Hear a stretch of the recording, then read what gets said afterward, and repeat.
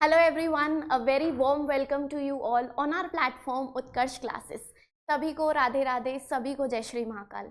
तो students finally आप लोगों की आंसर कीज जो है वो एनटीए के द्वारा रिलीज़ कर दी गई है और इस सेशन में हम हमारे हिस्ट्री सेक्शन के जितने भी क्वेश्चंस हैं पूरे कंप्लीट 100 क्वेश्चंस उन्हें हम डिस्कस करने वाले हैं।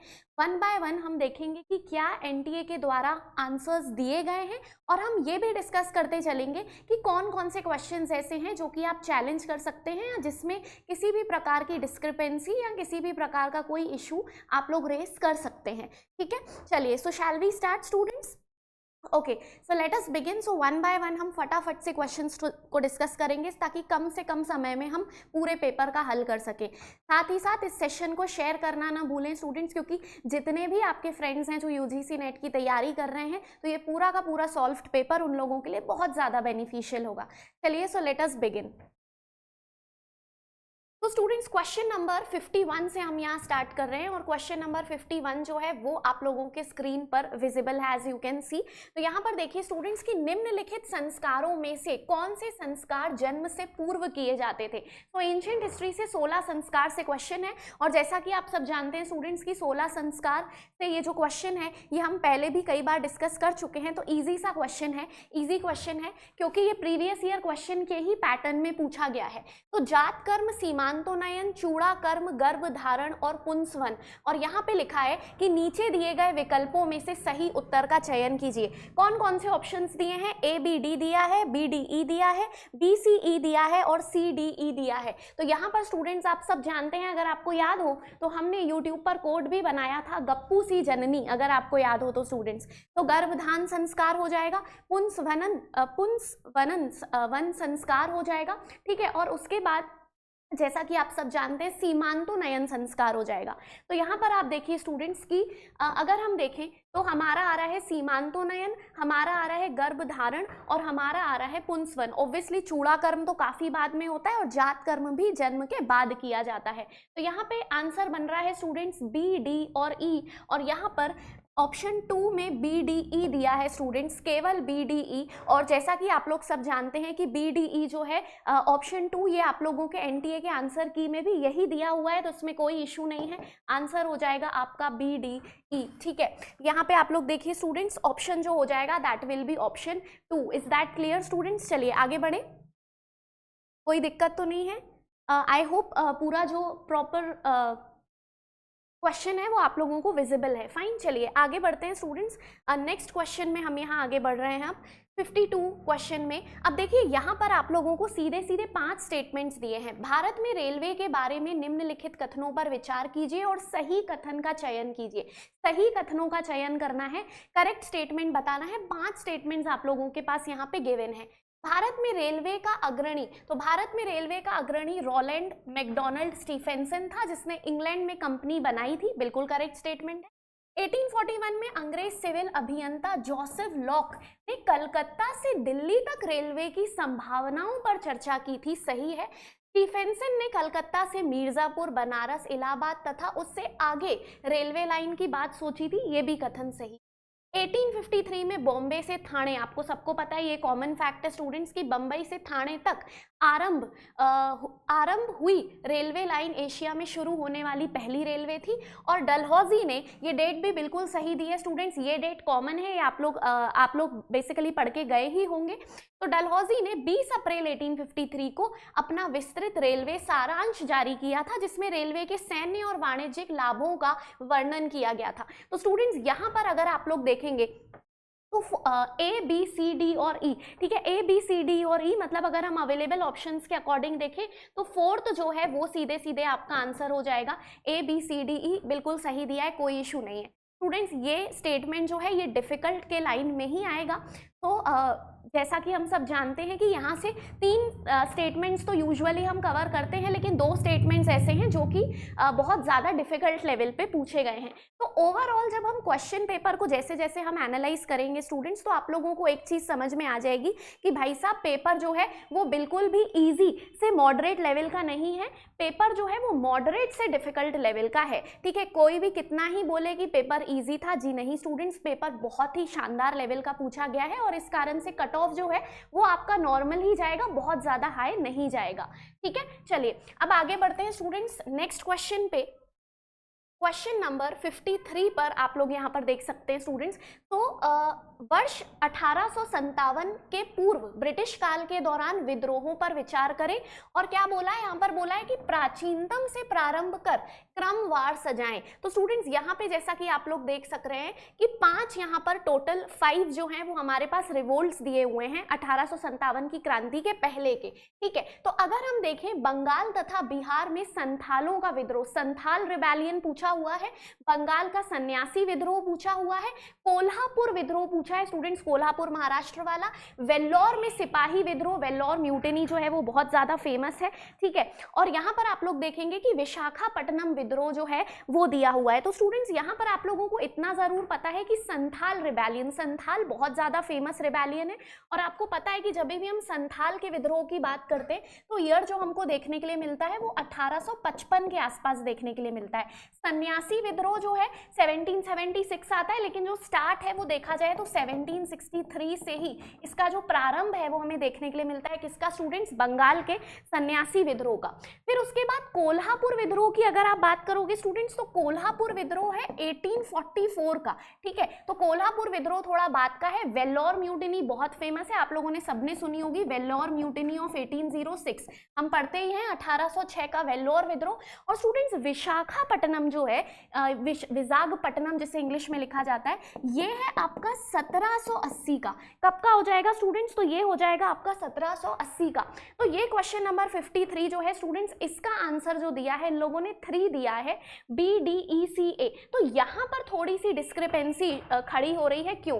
क्योंकि अगर आप लोग ईयर वाइज देखोगे स्टूडेंट्स तो 1763 इतना तो क्लियर है। देखो पहली बात तो इतना तो क्लियर है कि 1763 जो है बंगाल का सन्यासी विद्रोह, इन पूरे विद्रोहों में सबसे पहले हमें यही नजर आ रहा है, तो बी जो है वो सबसे पहले आएगा। ठीक है, अब इस अवेलेबल ऑप्शंस के हिसाब से स्टूडेंट्स आंसर यही बैठ रहा है, क्योंकि ये सब जानते हैं कि बी जो है वो सबसे पहले आएगा।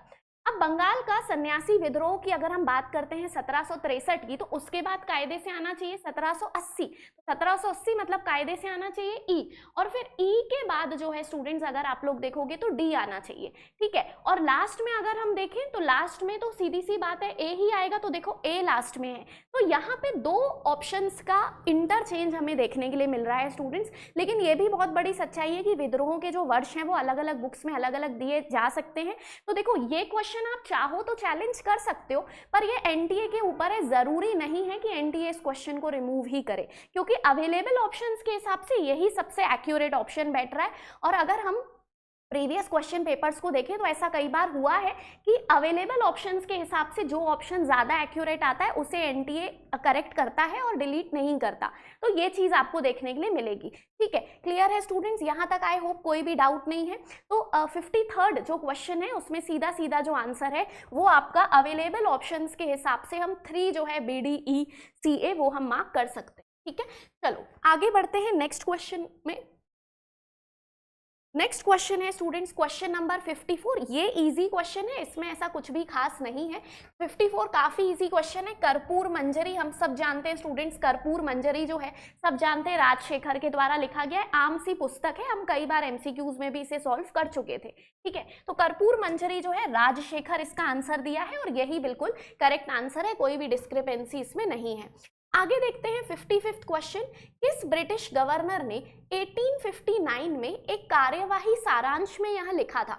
तो स्टूडेंट्स यहाँ पर आपको गवर्नर का नाम पूछा है जिसने बेसिकली एक स्टेटमेंट कहा है, और वो स्टेटमेंट है साम्राज्य को विभाजित करना प्राचीन रोमन ध्येय था और हमारा यही ध्येय होना चाहिए। ये बात किसने कही है? तो ईयर से आप इजिली निकाल सकते हो स्टूडेंट्स, एल्फिंस्टन, एमहर्स्ट, लॉरेंस या कर्जन। तो आंसर हो जाएगा यहाँ पे एल्फिंस्टन। क्या हो जाएगा स्टूडेंट्स? आंसर हो जाएगा यहाँ पर सीधे सीधे आपका जो गिवन ऑप्शन नंबर 1 है Lord Elphinstone, that will only be the answer, और यही आंसर एनटीए के द्वारा भी दिया गया है। चलिए आगे बढ़ते हैं। क्वेश्चन नंबर 56 जो है वो आप लोगों के सामने है स्टूडेंट्स। तो यहाँ पर आप लोग देख सकते हैं क्वेश्चन नंबर 56। अब क्वेश्चन नंबर 56 अगर आप देखोगे तो ये आपका सीधे तौर पे विजयनगर एम्पायर से क्वेश्चन है। ठीक है, यस, आई होप पूरा क्लियरली विजिबल है, ठीक है, क्योंकि ये पीडीएफ डायरेक्टली हमने अपलोड की है, तो जब हम इसको स्क्रॉल करते हैं तो 1 सेकेंड के लिए आपको ब्लर दिख सकता है, ठीक है, बट आई होप कि क्लियरली विजिबल है, राइट। चलिए तो आगे बढ़ते हैं।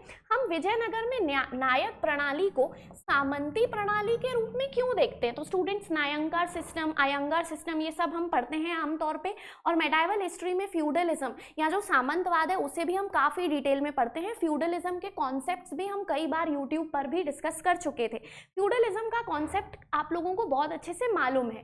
अब अगर आप लोग देखो स्टूडेंट्स, तो यहाँ पे बोल रहे हैं कि नायक प्रणाली या जो नायका सिस्टम था उसको क्यों हम सामंती या फ्यूडल ट्रेड कह रहे हैं।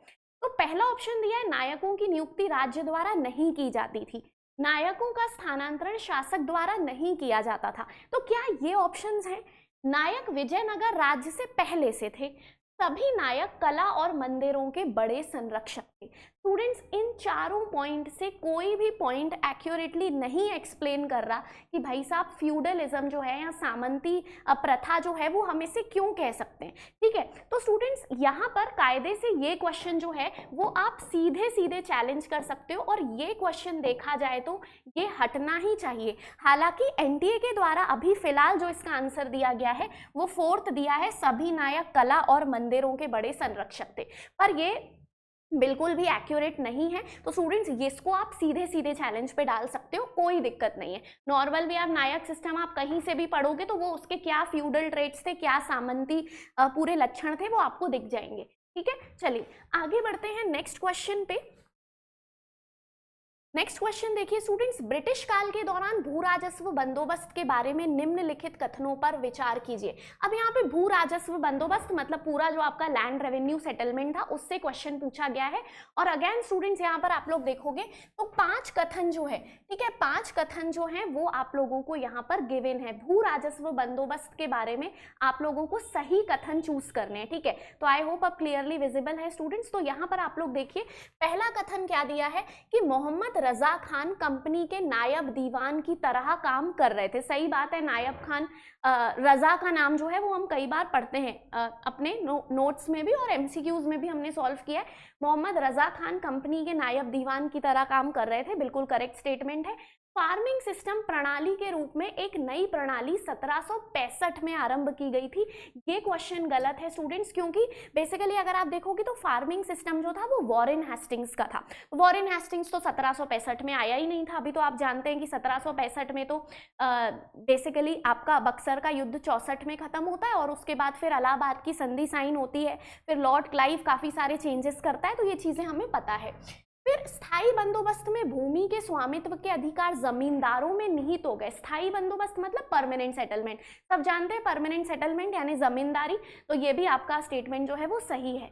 चार्ल्स मेटकॉफ द्वारा 1792 में बड़ा महल में रैयतवाड़ी प्रणाली आरंभ की गई थी। अब ये कथन सिरे से गलत है स्टूडेंट्स। बेसिक भी आप लोगों ने रैयतवाड़ी पढ़ा होगा तो आपने हमेशा थॉमस रीड और मुनरो का नाम सुना होगा। रीड और मुनरो का नाम आप लोगों ने सुना होगा, तो ये कथन भी गलत है, ठीक है।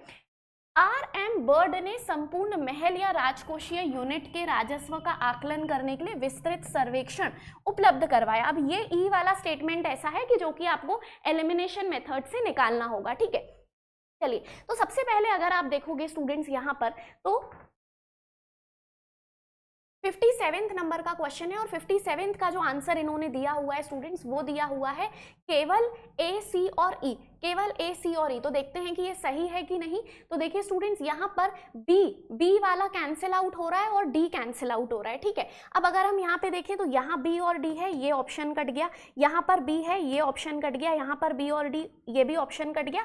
तो सीधी सी बात है कि आंसर एनटीए ने बिल्कुल सही दिया है। केवल ए, सी और ई जो है वही आंसर हो जाएगा। क्लियर है, केवल ए, सी और ई जो है वही आंसर हो जाएगा, क्योंकि आप क्लियरली देख रहे हैं कि बी वाला स्टेटमेंट सिरे से गलत है और इसके अलावा जो आपका इसके अलावा स्टूडेंट्स जो आपका सीधे सीधे जो डी वाला स्टेटमेंट है वो भी आपका गलत है, ठीक है। तो बी और डी हम कैंसिल आउट कर रहे हैं, तो बी और डी जहां से भी कैंसिल आउट कर रहे हो डायरेक्टली आंसर निकल कर आ रहा है ए, सी, ई, ठीक है। तो ये नॉर्मल क्वेश्चन है, इसे आप बहुत ज्यादा डिफिकल्ट की श्रेणी में नहीं रख सकते। चलिए आगे चलते हैं नेक्स्ट क्वेश्चन की तरफ। अब देखिए स्टूडेंट्स, अब आपको मैच द फॉलोइंग यहाँ पर दिया हुआ है, जैसा कि एक हमेशा ही ट्रेंड रहता है एनटीए का, और यहाँ पे नॉर्मल सी बुक्स पूछी गई हैं और बहुत आसान क्वेश्चन है ये। क्यों आसान क्वेश्चन है भाई? सबको पता है इब्ने बतूता की बुक है रहला किताबुल रहला, तो ए का 4 तो आपका सीधा सीधा निकल कर आ रहा है, इब्ने बतूता ने रहला लिखी थी, और ए का 4 अगर आपका निकल कर आ रहा है स्टूडेंट्स, तो ए का 4 जो है वो सिर्फ ऑप्शन 2 में ही दिया हुआ है, ठीक है। तो ए का 4 जो है वो आपका सीधे सीधे सिर्फ ऑप्शन 2 में ही दिया हुआ है, तो सीधी सी बात है स्टूडेंट्स की बिना दिक्कत के इसका जो आंसर हो जाएगा वो 2 हो जाएगा। क्लियर है? तो क्वेश्चन 58 ज़्यादा हमको डिस्कस करने की ज़रूरत है ही नहीं, सीधा सीधा आंसर आपका निकल कर आ रहा है। फाइन,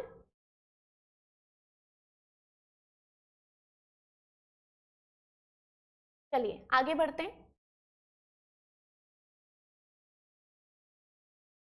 तो 59th क्वेश्चन विजिबल है? चलिए, तो आई होप स्टूडेंट्स ये वाला क्वेश्चन अब विजिबल है। आगे बढ़ते हैं। नीचे दिए गई सूची में से किसका संबंध शाही घराने से नहीं था?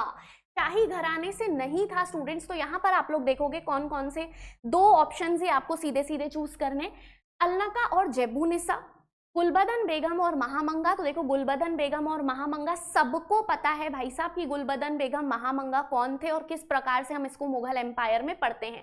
तो बी ऑप्शन तो बिल्कुल नहीं है। बी ऑप्शन अगर बिल्कुल नहीं है तो ये ऑप्शन भी गया, ये ऑप्शन भी गया, बच रहा है डी ई और सी डी। तो डी ई मतलब चांद बीबी और जहां आरा और रोशन आरा। अब देखो स्टूडेंट, जहां आरा और रोशन आरा को भी हम मुगल्स में पढ़ते हैं, औरंगजेब को जब हम डिटेल में पढ़ते हैं, तो ई वाला ऑप्शन भी आप कैंसिल आउट करोगे तो ऑटोमेटिकली आंसर निकल कर आ रहा है कौन सा? सी और डी, 4th ऑप्शन। ठीक है, क्वेश्चन नंबर 59 का 4th ऑप्शन निकल कर आ रहा है, सी और डी ऑटोमेटिकली निकल कर आ रहा है, ज्यादा दिमाग हमें लगाना ही नहीं पड़ रहा। तो इसलिए हम पहले ही आपको कहते थे स्टूडेंट्स की मैक्सिमम आंसर्स आपके एलिमिनेशन मेथड से ही सॉल्व होते हैं यूजीसी नेट जैसे पेपर्स में।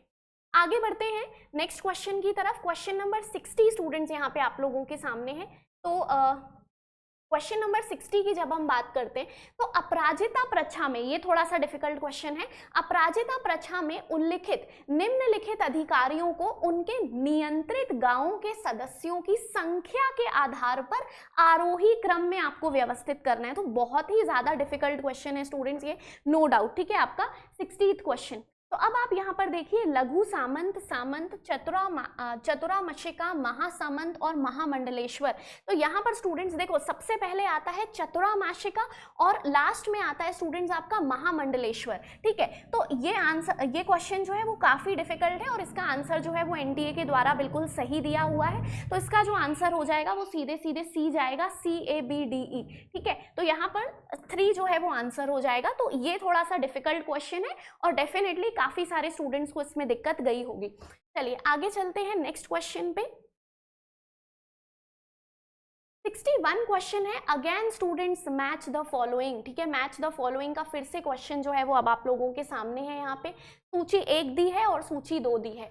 अब देखो स्टूडेंट्स, यहाँ पर 1, 2 भी अगर आपको बन रहे हैं तो आप आसानी से आंसर निकाल सकते हैं। राम वर्मा, वारिस शाह, शाह अब्दुल लतीफ और दयाराम। अब देखिए स्टूडेंट्स, मान लीजिए आप लोगों ने राम वर्मा का नाम नहीं सुना, दयाराम का नाम नहीं सुना, तो भी शाह अब्दुल लतीफ सिंधी बहुत फेमस नाम है, तो सी जो है आप सीधे 1 पर लेके जा सकते हैं। अब सी अगर आप 1 पर लेकर जा रहे हैं स्टूडेंट्स, सी अगर आप 1 पर लेकर जा रहे हैं तो आप लोग देखोगे कि सी जो है 1 में वो सीधे सीधे ऑप्शन 3 में ही दिया हुआ है। ठीक है, सीधे सीधे अगर आप लोग देखोगे तो ऑप्शन जो 3 है आप लोगों का, उसमें दिया हुआ है ए का 3, बी का 4, सी का 1 और डी का 2। और वैसे भी स्टूडेंट्स, मान लीजिए शाह अब्दुल लतीफ सिंधी के बारे में आपने नहीं सुना, तो वारिस शाह जो है वो हमें अक्सर पता रहता है, तो बी के 4 से भी आप एक बार में आंसर निकाल पा रहे हैं। देखिए बी का 4, तो ये वारिस शाह जो है वो पंजाबी। तो 2 भी अगर आप लोगों को बन रहे थे तो आसानी से यहाँ पर जो क्वेश्चन है स्टूडेंट्स, उसका आंसर निकल के आ रहा है हमारा 3। तो 61 क्वेश्चन का जो आंसर है यहाँ पर वो हो जाएगा 3। क्लियर है स्टूडेंट्स? ठीक है, चलिए आगे बढ़ते हैं नेक्स्ट क्वेश्चन पे। अब यहाँ पर देखिए, फिर से कुछ घटनाएं दी हैं और उनको काल कालानुक्रमिक रूप से व्यवस्थित करना है, मतलब क्रोनोलॉजिकल ऑर्डर से अरेंज करना है। और स्टूडेंट्स अगेन बहुत ही ज़्यादा डिफिकल्ट क्वेश्चन, ये क्वेश्चन भी आप लोगों का बहुत ही ज़्यादा डिफिकल्ट क्वेश्चन की कैटेगरी में आएगा, ठीक है। और यहाँ पे मैक्सिमम स्टूडेंट्स ने जो है वो सीधे तुक्का ही मारा होगा, और सही भी है। इस तरीके के क्वेश्चंस को एक तरीके से डायरेक्टली अटेम्प्ट करना काफ़ी मुश्किल होता है, ठीक है। तो यहाँ पर तो आप लोगों का तुक्के का खेल ही था स्टूडेंट्स। तो देखिए यहाँ पर अगर आप लोग देखोगे तो त्रिशास्त्री लक्षण महापुराण ये सबसे पहले आ जाएगा डी, ठीक है, ये सबसे पहले आ जाएगा डी। और उसके बाद अगर आप लोग देखोगे तो लोकोपकार आता है, तो डी ए, तो डी ए दो भी अगर आपको शुरू के पता है तो यहाँ पे आप लोग सीधे सीधे आंसर मार्क कर सकते हो, option 2 D A C B E. क्या हो जाएगा स्टूडेंट्स आंसर? तो आंसर हो जाएगा डी ए सी बी ई, ठीक है। ये हो गया आपका 62nd क्वेश्चन। चलिए आगे बढ़ते हैं नेक्स्ट क्वेश्चन की तरफ। 62 के बाद हम आगे बढ़ते हैं क्वेश्चन नंबर 63 में। अगेन स्टूडेंट्स आप लोगों के पास मैच द फॉलोइंग दिया है, और मैच द फॉलोइंग में काफ़ी डिफिकल्ट बुक्स आप लोगों को दिख रही है। लेकिन स्टूडेंट्स खुशखबरी ये है कि हम लोगों ने भी, आपको याद होगा 1857 की क्रांति की किताबें मैंने आपको लास्ट दिन भी बहुत सारी सॉल्व कराई थी। और सबसे अच्छी बात ये है स्टूडेंट्स कि ये वाली पुस्तक रिबेलियन 1857 अ सिंपोजियम, ये बुक हमने बकायदा सॉल्व की है, और एक भी अगर आपको बन रही है जो हमारे बस में थी उससे आसानी से आंसर आ रहा है। तो देखिए स्टूडेंट्स बीसी जोशी जो है, तो सी को आप मिलान करेंगे 1 से, सी का आप मिलान करेंगे 1 से। और खुशखबरी ये है स्टूडेंट्स कि सी का 1 जो है वो आपके सिर्फ एक ही में दिया हुआ है, तो भाई साहब बिना मेहनत के ऑटोमेटिकली आंसर निकल करके आ रहा है 1, ठीक है, A4 B2 C1। क्लियर है स्टूडेंट्स? तो यहाँ पर सीधे सीधे जो है वो आप लोगों का ये वाला आंसर जो है वो निकल कर आ रहा है। क्लियर है? तो इस तरीके से यही पैटर्न होता है क्वेश्चंस को सॉल्व करने का। फाइन, चलिए आगे बढ़े।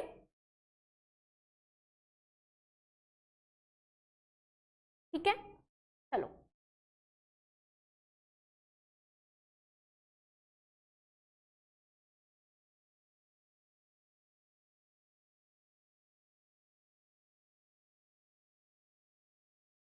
चलिए। तो 64th question is now visible on your screen students. और यहाँ पर आप देखिए, अब अगेन ये कॉमन सा क्वेश्चन है, बहुत ज्यादा डिफिकल्ट नहीं है, इसे आप आराम से पढ़ोगे तो इजीली आंसर निकल आएगा। इतिहास लेखन हेतु पाद टिप्पणियां, तो स्टूडेंट्स पाद टिप्पणियां नॉर्मल सा क्वेश्चन है, नहीं भी पढ़ा होता पाद टिप्पणियों के बारे में, फुट नोट्स जिसे हम कहते हैं, तो आसानी से बन जाएगा। पाठ में दिए गए वक्तव्य के लिए सटीक संदर्भ को इंगित करना, बिल्कुल सही है, हम रेफरेंसिंग देते हैं। पाठ में नहीं उल्लेखित या विस्तार से नहीं बताए गए कतिपय विषयों की व्याख्या करना, बिल्कुल सही है। ये ऐसी चीजें जो कि हमने डिटेल में ऊपर डिस्कस नहीं की है तो हम फुटनोट में बता सकते हैं। पाठ को स्रोत के माध्यम से निश्चयात्मक कथन की वैधता के बारे में प्रश्न पूछने की शक्ति प्रदान करना, बिल्कुल सही बात है। वैधता मतलब एक तरीके से ऑथेंटिसिटी हमें बिल्कुल पता चलती है। लेखक के दृष्टिकोण तथा इतिहास लेखन की परंपरा के बारे में जागरूकता पैदा करना। अब स्टूडेंट्स आप मुझे बताइए कि पाद टिप्पणी या फुट नोट से कहाँ से ऐसा होगा कि लेखक का दृष्टिकोण और इतिहास लेखन की परंपरा के बारे में आप अवेयरनेस क्रिएट करोगे, तो बिल्कुल पॉसिबल नहीं है। अलग से ही समझ में आ रहा है स्टूडेंट्स कि फोर्थ वाला जो है उसका कोई लेना देना नहीं है पाद टिप्पणी से, और यही पूछा है कि पूर्ति नहीं होती, ठीक है। तो आंसर हो जाएगा वो फोर्थ ही हो जाएगा स्टूडेंट्स, सीधा सीधा क्वेश्चन है, ये भी आसान क्वेश्चन की ही कैटेगरी में आएगा। आगे बढ़ते हैं जल्दी से कि कौन से जैन तीर्थंकर जैन धर्म में कृष्ण से संबंधित है। अब देखिए ये स्टूडेंट्स, ये वाला क्वेश्चन ऐसा है स्टूडेंट्स जिसपे काफ़ी सारे आप लोगों में से काफ़ी सारे एस्पिरेंट्स जो हैं वो सोच रहे हैं उत्पत्ति लगाने की, लेकिन स्टूडेंट्स उत्पत्ति यहाँ पे नहीं लगती है। क्यों नहीं लगती है? क्योंकि यहाँ पर जो बेसिकली नेमिनाथ है, जो कि एनटीए के द्वारा आंसर दिया गया है, वो सही है। क्यों? क्योंकि नेमिनाथ और कृष्ण जो है वो फर्स्ट कजिन्स कंसिडर किए गए हैं। मतलब ऐसा कहा जाता है कि भगवान कृष्ण और भगवान नेमिनाथ ये फर्स्ट कजिन्स के रूप में देखे जाते हैं, तो आपस में दोनों का संबंध है, प्रॉपर संबंध है। तो आंसर जो है वो यहाँ पर 2 ही चला जाएगा, नेमिनाथ ही चला जाएगा। तो इसमें एज सच आपत्ति लगाने की जरूरत नहीं है स्टूडेंट्स। क्लियर है? तो आपत्ति इसमें कुछ खास नहीं लगती है, यहाँ पे नेमिनाथ ही जो आंसर है वो सही बैठ रहा है। आगे चलते हैं, इतिहास तथा विज्ञान में मौलिक भेद को रेखांकित करने के लिए निम्नलिखित में से किन बिंदुओं को पारंपरिक रूप से प्रयोग किया गया। स्टूडेंट्स यहाँ पर आप लोग देखोगे तो इतिहास और विज्ञान को कंपेयर किया हुआ है, हिस्ट्री और साइंस को कंपेयर किया हुआ है सीधा सीधा। इतिहास अनन्य रूप से अनूठे जबकि विज्ञान सामान्य परिघटनाओं का अध्ययन करता है। विज्ञान से इतर इतिहास में धर्म और नैतिकता शामिल होते हैं। इतिहास केवल दार्शनिक विषयों से संबंधित है। इतिहास भविष्यवाणी करने में असक्षम है। इतिहास सबकों की श्रृंखला है। अब देखिए स्टूडेंट्स, कई बार आप लोगों को प्रैक्टिस कराई थी कि जहां पर भी इस तरीके के क्वेश्चंस आते हैं वहां पे आपको एब्सोल्यूट कथन ढूंढने रहते हैं। अब इनमें से अगर आप एब्सोल्यूट कथन निकालोगे तो इतिहास केवल दार्शनिक विषयों से संबंधित है, ये एब्सोल्यूट कथन है। भाई सिरे से गलत है। क्या हिस्ट्री सिर्फ फिलोसॉफिकल सब्जेक्ट्स पे बात करता है? नहीं भैया, हिस्ट्री तो हर एक पहलू को छूता है, चाहे वो ज्योग्राफी हो, चाहे वो रिलीजन हो, चाहे वो साइकोलॉजी ही क्यों नहीं हो, हर एक चीज को छूता है। तो ये एब्सोल्यूट गलत कथन है। सीधा सीधा बोला है कि इतिहास केवल दार्शनिक विषयों से संबंधित है, गलत कथन। तो सी गलत हो रहा है। तो देखो यहाँ पर भी सी दिया है, गया, यहाँ पर भी सी दिया है, गया, यहाँ पर भी सी दिया है, गया। आंसर हो जाएगा 4, केवल ए बी डी। ठीक है, आ गया स्टूडेंट्स आंसर, केवल ए बी डी जो है वो हमारा आंसर हो जाएगा। आसानी से जो आंसर है वो हमारा निकल करके आ रहा है। फाइन, चलिए आगे बढ़ते हैं नेक्स्ट क्वेश्चन की तरफ। क्वेश्चन नंबर 67 पे अब हम आगे आते हैं। तो अजंता कला चित्र में बुद्ध की माता को किस रूप में चित्रित किया गया है? तो ये फैक्चुअल क्वेश्चन है, इसका सीधा सीधा आंसर हो जाएगा एथेनाई मेट्रॉन। ठीक है, आगे चलते हैं नेक्स्ट क्वेश्चन पे। तत्वार्थ राजवर्तिका के लेखक थे। ये थोड़ा सा डिफिकल्ट क्वेश्चन है स्टूडेंट्स, और इस पे जितने मॉडल एमसीक्यूज आपने सॉल्व किए होंगे उसी से ही ये क्वेश्चन कवर अप हो रहा है। आंसर हो जाएगा अकलंक। ठीक है, अकलंक। तो विद्यानंद अकलंक, कई बार अकलंक के आगे या पीछे कुछ और बेसिकली प्रेडिसेसर या सक्सेसर जोड़ दिए जाते हैं, पर एक बात तो तय है कि अकलंक जो है वो इस बुक के लेखक हैं। ठीक है, तो अकलंक जो है 2 वाला जो है वो आंसर हो जाएगा आपका 68 का। आ गई बात समझ में स्टूडेंट्स? चलिए आगे बढ़ते हैं। क्वेश्चन नंबर 69 पे अब हम बात कर लेते हैं। तो 69 है, वाइसरॉय की कार्यकारी परिषद में विधि सदस्य के रूप में स्थान पाने वाले प्रथम भारतीय कौन थे? इजी क्वेश्चन, सबको पता है। सत्येंद्र प्रसाद सिन्हा का नाम हमने सबने पढ़ रखा है। एसपी सिन्हा जो है 4th आपका आंसर हो जाएगा, और यही जो आंसर है वो सीधे सीधे 69 का एनटीए के द्वारा दिया हुआ है। तो एज सच कोई भी प्रॉब्लम यहाँ पर हमें फेस नहीं करनी पड़ रही है। ठीक है स्टूडेंट्स, चलिए आगे बढ़ते हैं अब अगले क्वेश्चन पे। तो 70th क्वेश्चन पे हम आगे बढ़ रहे हैं। निम्नलिखित में से कौन महापाषाण भूमि निवेशों के रूप और शैली को नहीं दर्शाता? तो नहीं दर्शाता में सीधे सीधे अगर आप लोग इन चारों को पढ़ेंगे, महापाषाण तुम्ब ये तो एसोसिएटेड है, गर्त तुम्ब एसोसिएटेड है, नाम से ही पकड़ में आ रहा है, प्राकार छिद्र नाम से पकड़ में आ रहा है, यज्ञ की बेदी का सीधा सीधा कोई लेना देना नहीं है। तो स्टूडेंट्स आसानी से आंसर आप लोग कर सकते थे, अगर ये टॉपिक नहीं भी पढ़ा था तो भी तुक्का मार सकते थे यज्ञ की बेदी पे। ठीक है, और यही आंसर हो जाएगा, आंसर दिया गया है 2। आगे बढ़ते हैं नेक्स्ट क्वेश्चन पे। नीचे दिए गए निम्नलिखित विकल्पों में से गलत मेल का चयन कीजिए। यहाँ पे स्टूडेंट्स आप लोगों को गलत मेल यानी रॉन्ग पेयर को फाइंड आउट करना है। अब रॉन्ग पेयर की जब हम बात करते हैं तो रॉन्ग पेयर में आप लोग देखिए स्टूडेंट्स, हुंडी विनिमय पत्र, जजिया इस्लामिक राज्य द्वारा गैर मुसलमानों पर लगाया गया कर। अब देखिए students, wrong statement find out करना है। तो यहाँ पर अगर आप लोग देखेंगे तो सी वाले में देखो तकावी लिखा है, मुगलों का एक शक्तिदायक पे। तो ऑब्वियस सी बात है स्टूडेंट्स कि तकावी जो रहते थे वो तो ऋण रहते थे। कई बार हमने पढ़ा था, हमने ये भी पढ़ा था कि मोहम्मद बिन तुगलक ने भी किसानों को तकावी लोन्स या तकावी ऋण जो है वो प्रदान किए थे। तो सी वाला जो है वो सिरे से गलत है और हमें यहाँ पे गलत का चयन करना है। तो स्टूडेंट्स 2 ऑप्शंस तो आपके ऑलरेडी एलिमिनेट हो गए, सी डी ए ई सी। तो देखो ए तो बिल्कुल सही है, तो ये तो ऑप्शन हो नहीं सकता। ऑटोमेटिकली आंसर आ रहा है कहाँ पर? केवल सी और डी पर। ठीक है, आ गई बात समझ में स्टूडेंट्स? तो 71 का आंसर हो जाएगा सी और डी केवल। ठीक है, तो सीधा सीधा क्वेश्चन है। वैसे भी तहसील एक छावनी पोस्ट तो नहीं होती, तहसील का छावनी से कोई लेना देना नहीं है। चलिए आगे बढ़ते हैं नेक्स्ट क्वेश्चन पे स्टूडेंट्स।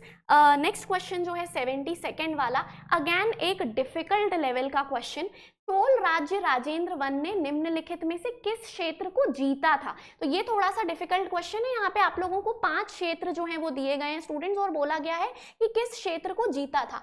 तो देखिए, पन्नई, मलायूर, गोपकापट्टनम, वलाई पंडुरु और मडाम लिंगम। तो स्टूडेंट्स यहाँ पे आपको गोपकापट्टनम जो है वो एलिमिनेट करना था, तो सी को अगर आप एलिमिनेट करते हो तो ये ऑप्शन भी गया, ये ऑप्शन भी गया और ये वाला ऑप्शन भी गया। आंसर आ जाएगा 3, केवल ए बी डी और ई। क्या हो जाएगा? ए बी डी और ई जो है वो आपके थर्ड नंबर का आंसर हो जाएगा क्वेश्चन नंबर 72 में। आ गई बात समझ में? चलिए आगे बढ़ते हैं। क्वेश्चन नंबर 73 पे अब हम आगे बढ़ते हैं। निम्नलिखित में से कौन से स्थान प्राचीन दक्कन से संबंधित है? ये लॉजिकल क्वेश्चन है, ऐसे क्वेश्चंस कोई भी पढ़ के नहीं जाता, लॉजिक से ही सॉल्व करने पड़ते हैं। तो कौन से स्थान प्राचीन दक्कन से संबंधित है स्टूडेंट्स? तो यहाँ पे आप लोग क्वेश्चन नंबर 73 पे अगर आप लोग नजर डालेंगे तो यहाँ पर आप लोगों को पता चलेगा कि पेड़ाबंकुर, कोटा, लिंगला, झूसी, पोलाकोंडा और कदमपुर। तो यहाँ पे स्टूडेंट्स झूसी जो है वो दक्कन से संबंधित नहीं है, झूसी दक्कन से संबंधित नहीं है, तो सी यहाँ पे कैंसिल हो गया, सी यहाँ पे कैंसिल हो गया। ठीक है, फिर इसके बाद अगर आप देखोगे तो वेरी गुड, सी यहाँ पर भी कैंसिल हो गया। तो यहाँ पर जो आप लोगों का आंसर बच रहा है वो केवल ए बी डी ई बच रहा है स्टूडेंट्स, थर्ड, केवल ए बी डी ई जो है वो आप लोगों का आंसर बच रहा है। ठीक है, चलिए आगे बढ़ते हैं नेक्स्ट क्वेश्चन पे। क्वेश्चन नंबर 74 स्टूडेंट्स, फिर से यहाँ पर हमारे पास एक बहुत कठिन सा मैच द फॉलोइंग समझ में आ रहा है। ठीक है, मैच द फॉलोइंग जो है वो हमें थोड़ा सा डिफिकल्ट सा यहाँ पे समझ में आ रहा है। चोल साम्राज्य राजराजवन का पूर्ववर्ती नाम। अब देखो स्टूडेंट्स, वेंगी का राजा जो राष्ट्रकूट सम्राट कृष्ण थर्ड के अधीन था, पश्चिमी चालुक्य जनरल जिसने 1006 ईस्वी में वेंगी पर आक्रमण किया, सेहली राजकुमार जिन्होंने चोल सम्राट राजेंद्र का विरोध किया। चारों के चारों पॉइंट्स तो बनेंगे नहीं, लेकिन अरुमोली वाला पॉइंट हम निकाल सकते हैं स्टूडेंट्स। यहाँ पर आप लोग देखो कि चोल सम्राट राजराजवन का जो पूर्ववर्ती नाम था वो अरुमोली था। ये इजी है, इससे आप काफी हद तक आंसर के करीब पहुंच सकते हो। ए का 2 है जो हम अभी यहाँ पे निकाल पा रहे हैं। तो स्टूडेंट्स अब आप लोग यहाँ पर देखोगे तो ए का जो 2 है वो 2 ऑप्शंस में दिया हुआ है, तो इधर यहाँ पे जो आंसर है वो जाएगा A2B1 C4 या फिर D3 या फिर A2B1 C3 D4। तो यहाँ पर स्टूडेंट्स जो आंसर एनटीए के द्वारा दिया गया है वो A1 दिया गया है और ये सही है। ठीक है, A2B1 C4 और D3 क्लियर है? ठीक है, तो 1 जो है वो आप लोगों का आंसर हो जाएगा। थोड़ा सा डिफिकल्ट क्वेश्चन है ये। ठीक है, तो 74th पे हम आ चुके हैं। अब हम आगे चलते हैं 75th क्वेश्चन पे स्टूडेंट्स।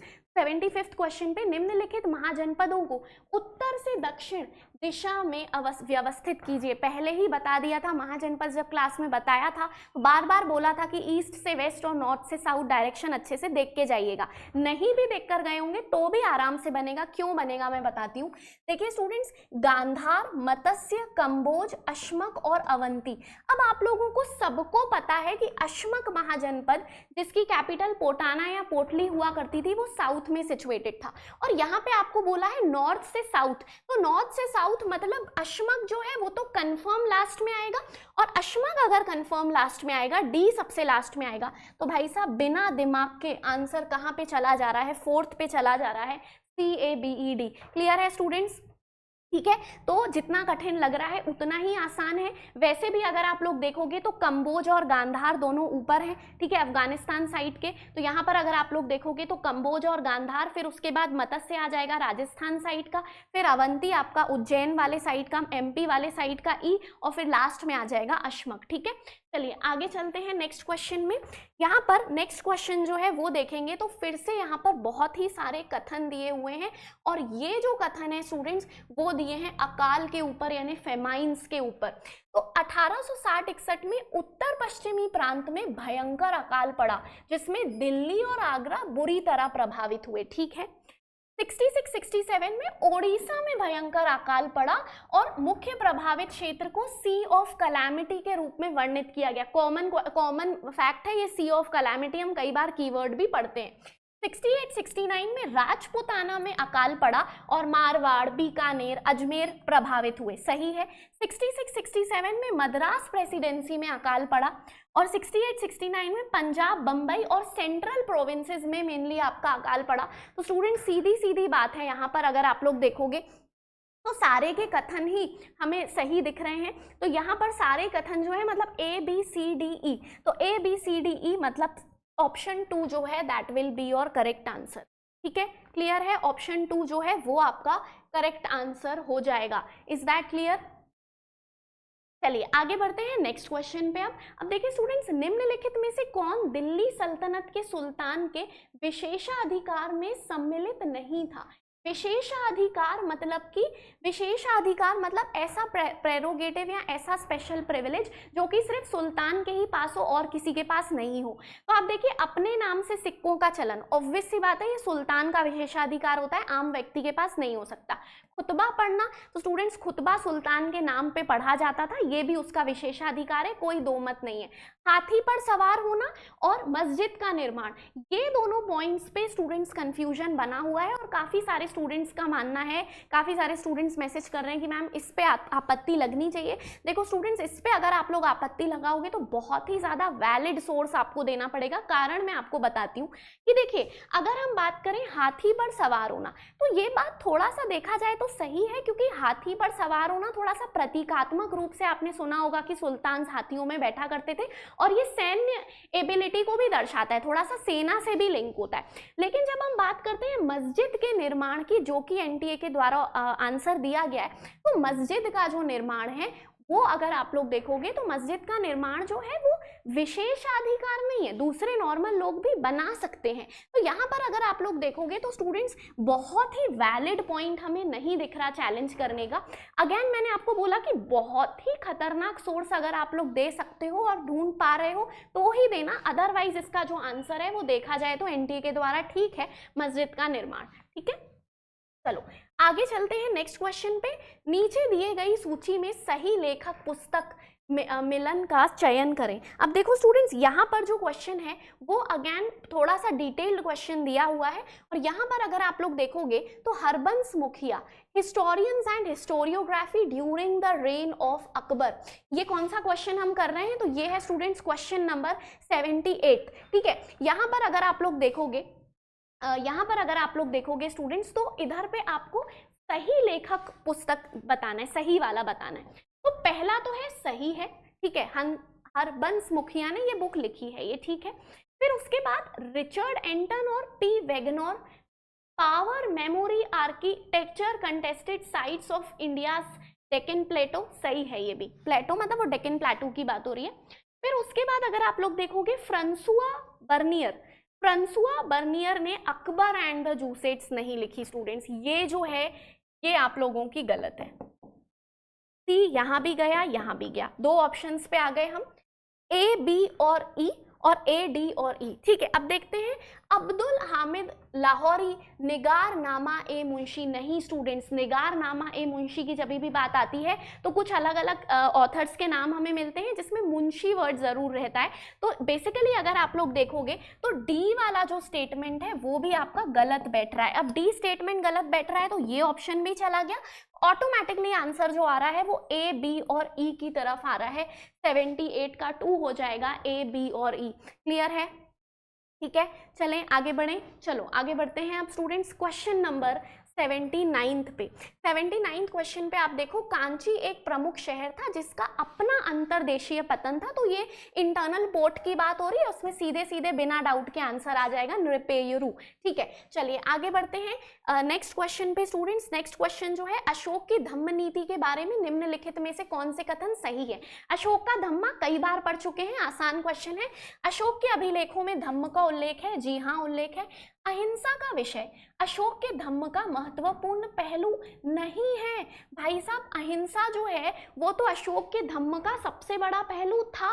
अशोक ने हर प्रकार की अहिंसा को रोकने की बात की। भाई साहब, सिरे से बी गलत हो गया, बी गलत है तो ये वाला ऑप्शन भी गया। ठीक है, बी वाला गलत है तो ये वाला ऑप्शन आपका चला गया। ठीक है, बाकी देखते हैं। सदाचरण और सामाजिक उत्तरदायित्व धम्म के भाग थे। हाँ, मैंने आपको बताया था code of conduct, do's and don't, सारी चीजें हम पढ़ चुके हैं। सदाचरण और सामाजिक उत्तरदायित्व बिल्कुल। अशोक के धम्म का एक महत्वपूर्ण पहलू आपस में सम्मान, हाँ ऑब्वियसली स्टूडेंट, सम्मान करना, सौहार्द करना। अशोक ने स्वयं को धम्म के शिक्षक के रूप में घोषित किया, बिल्कुल, वो धम्म की अथॉरिटी अपने आप को मानता था और इस प्रकार से वो धम्मा को हर तरफ फैलाने का प्रयास भी करता था।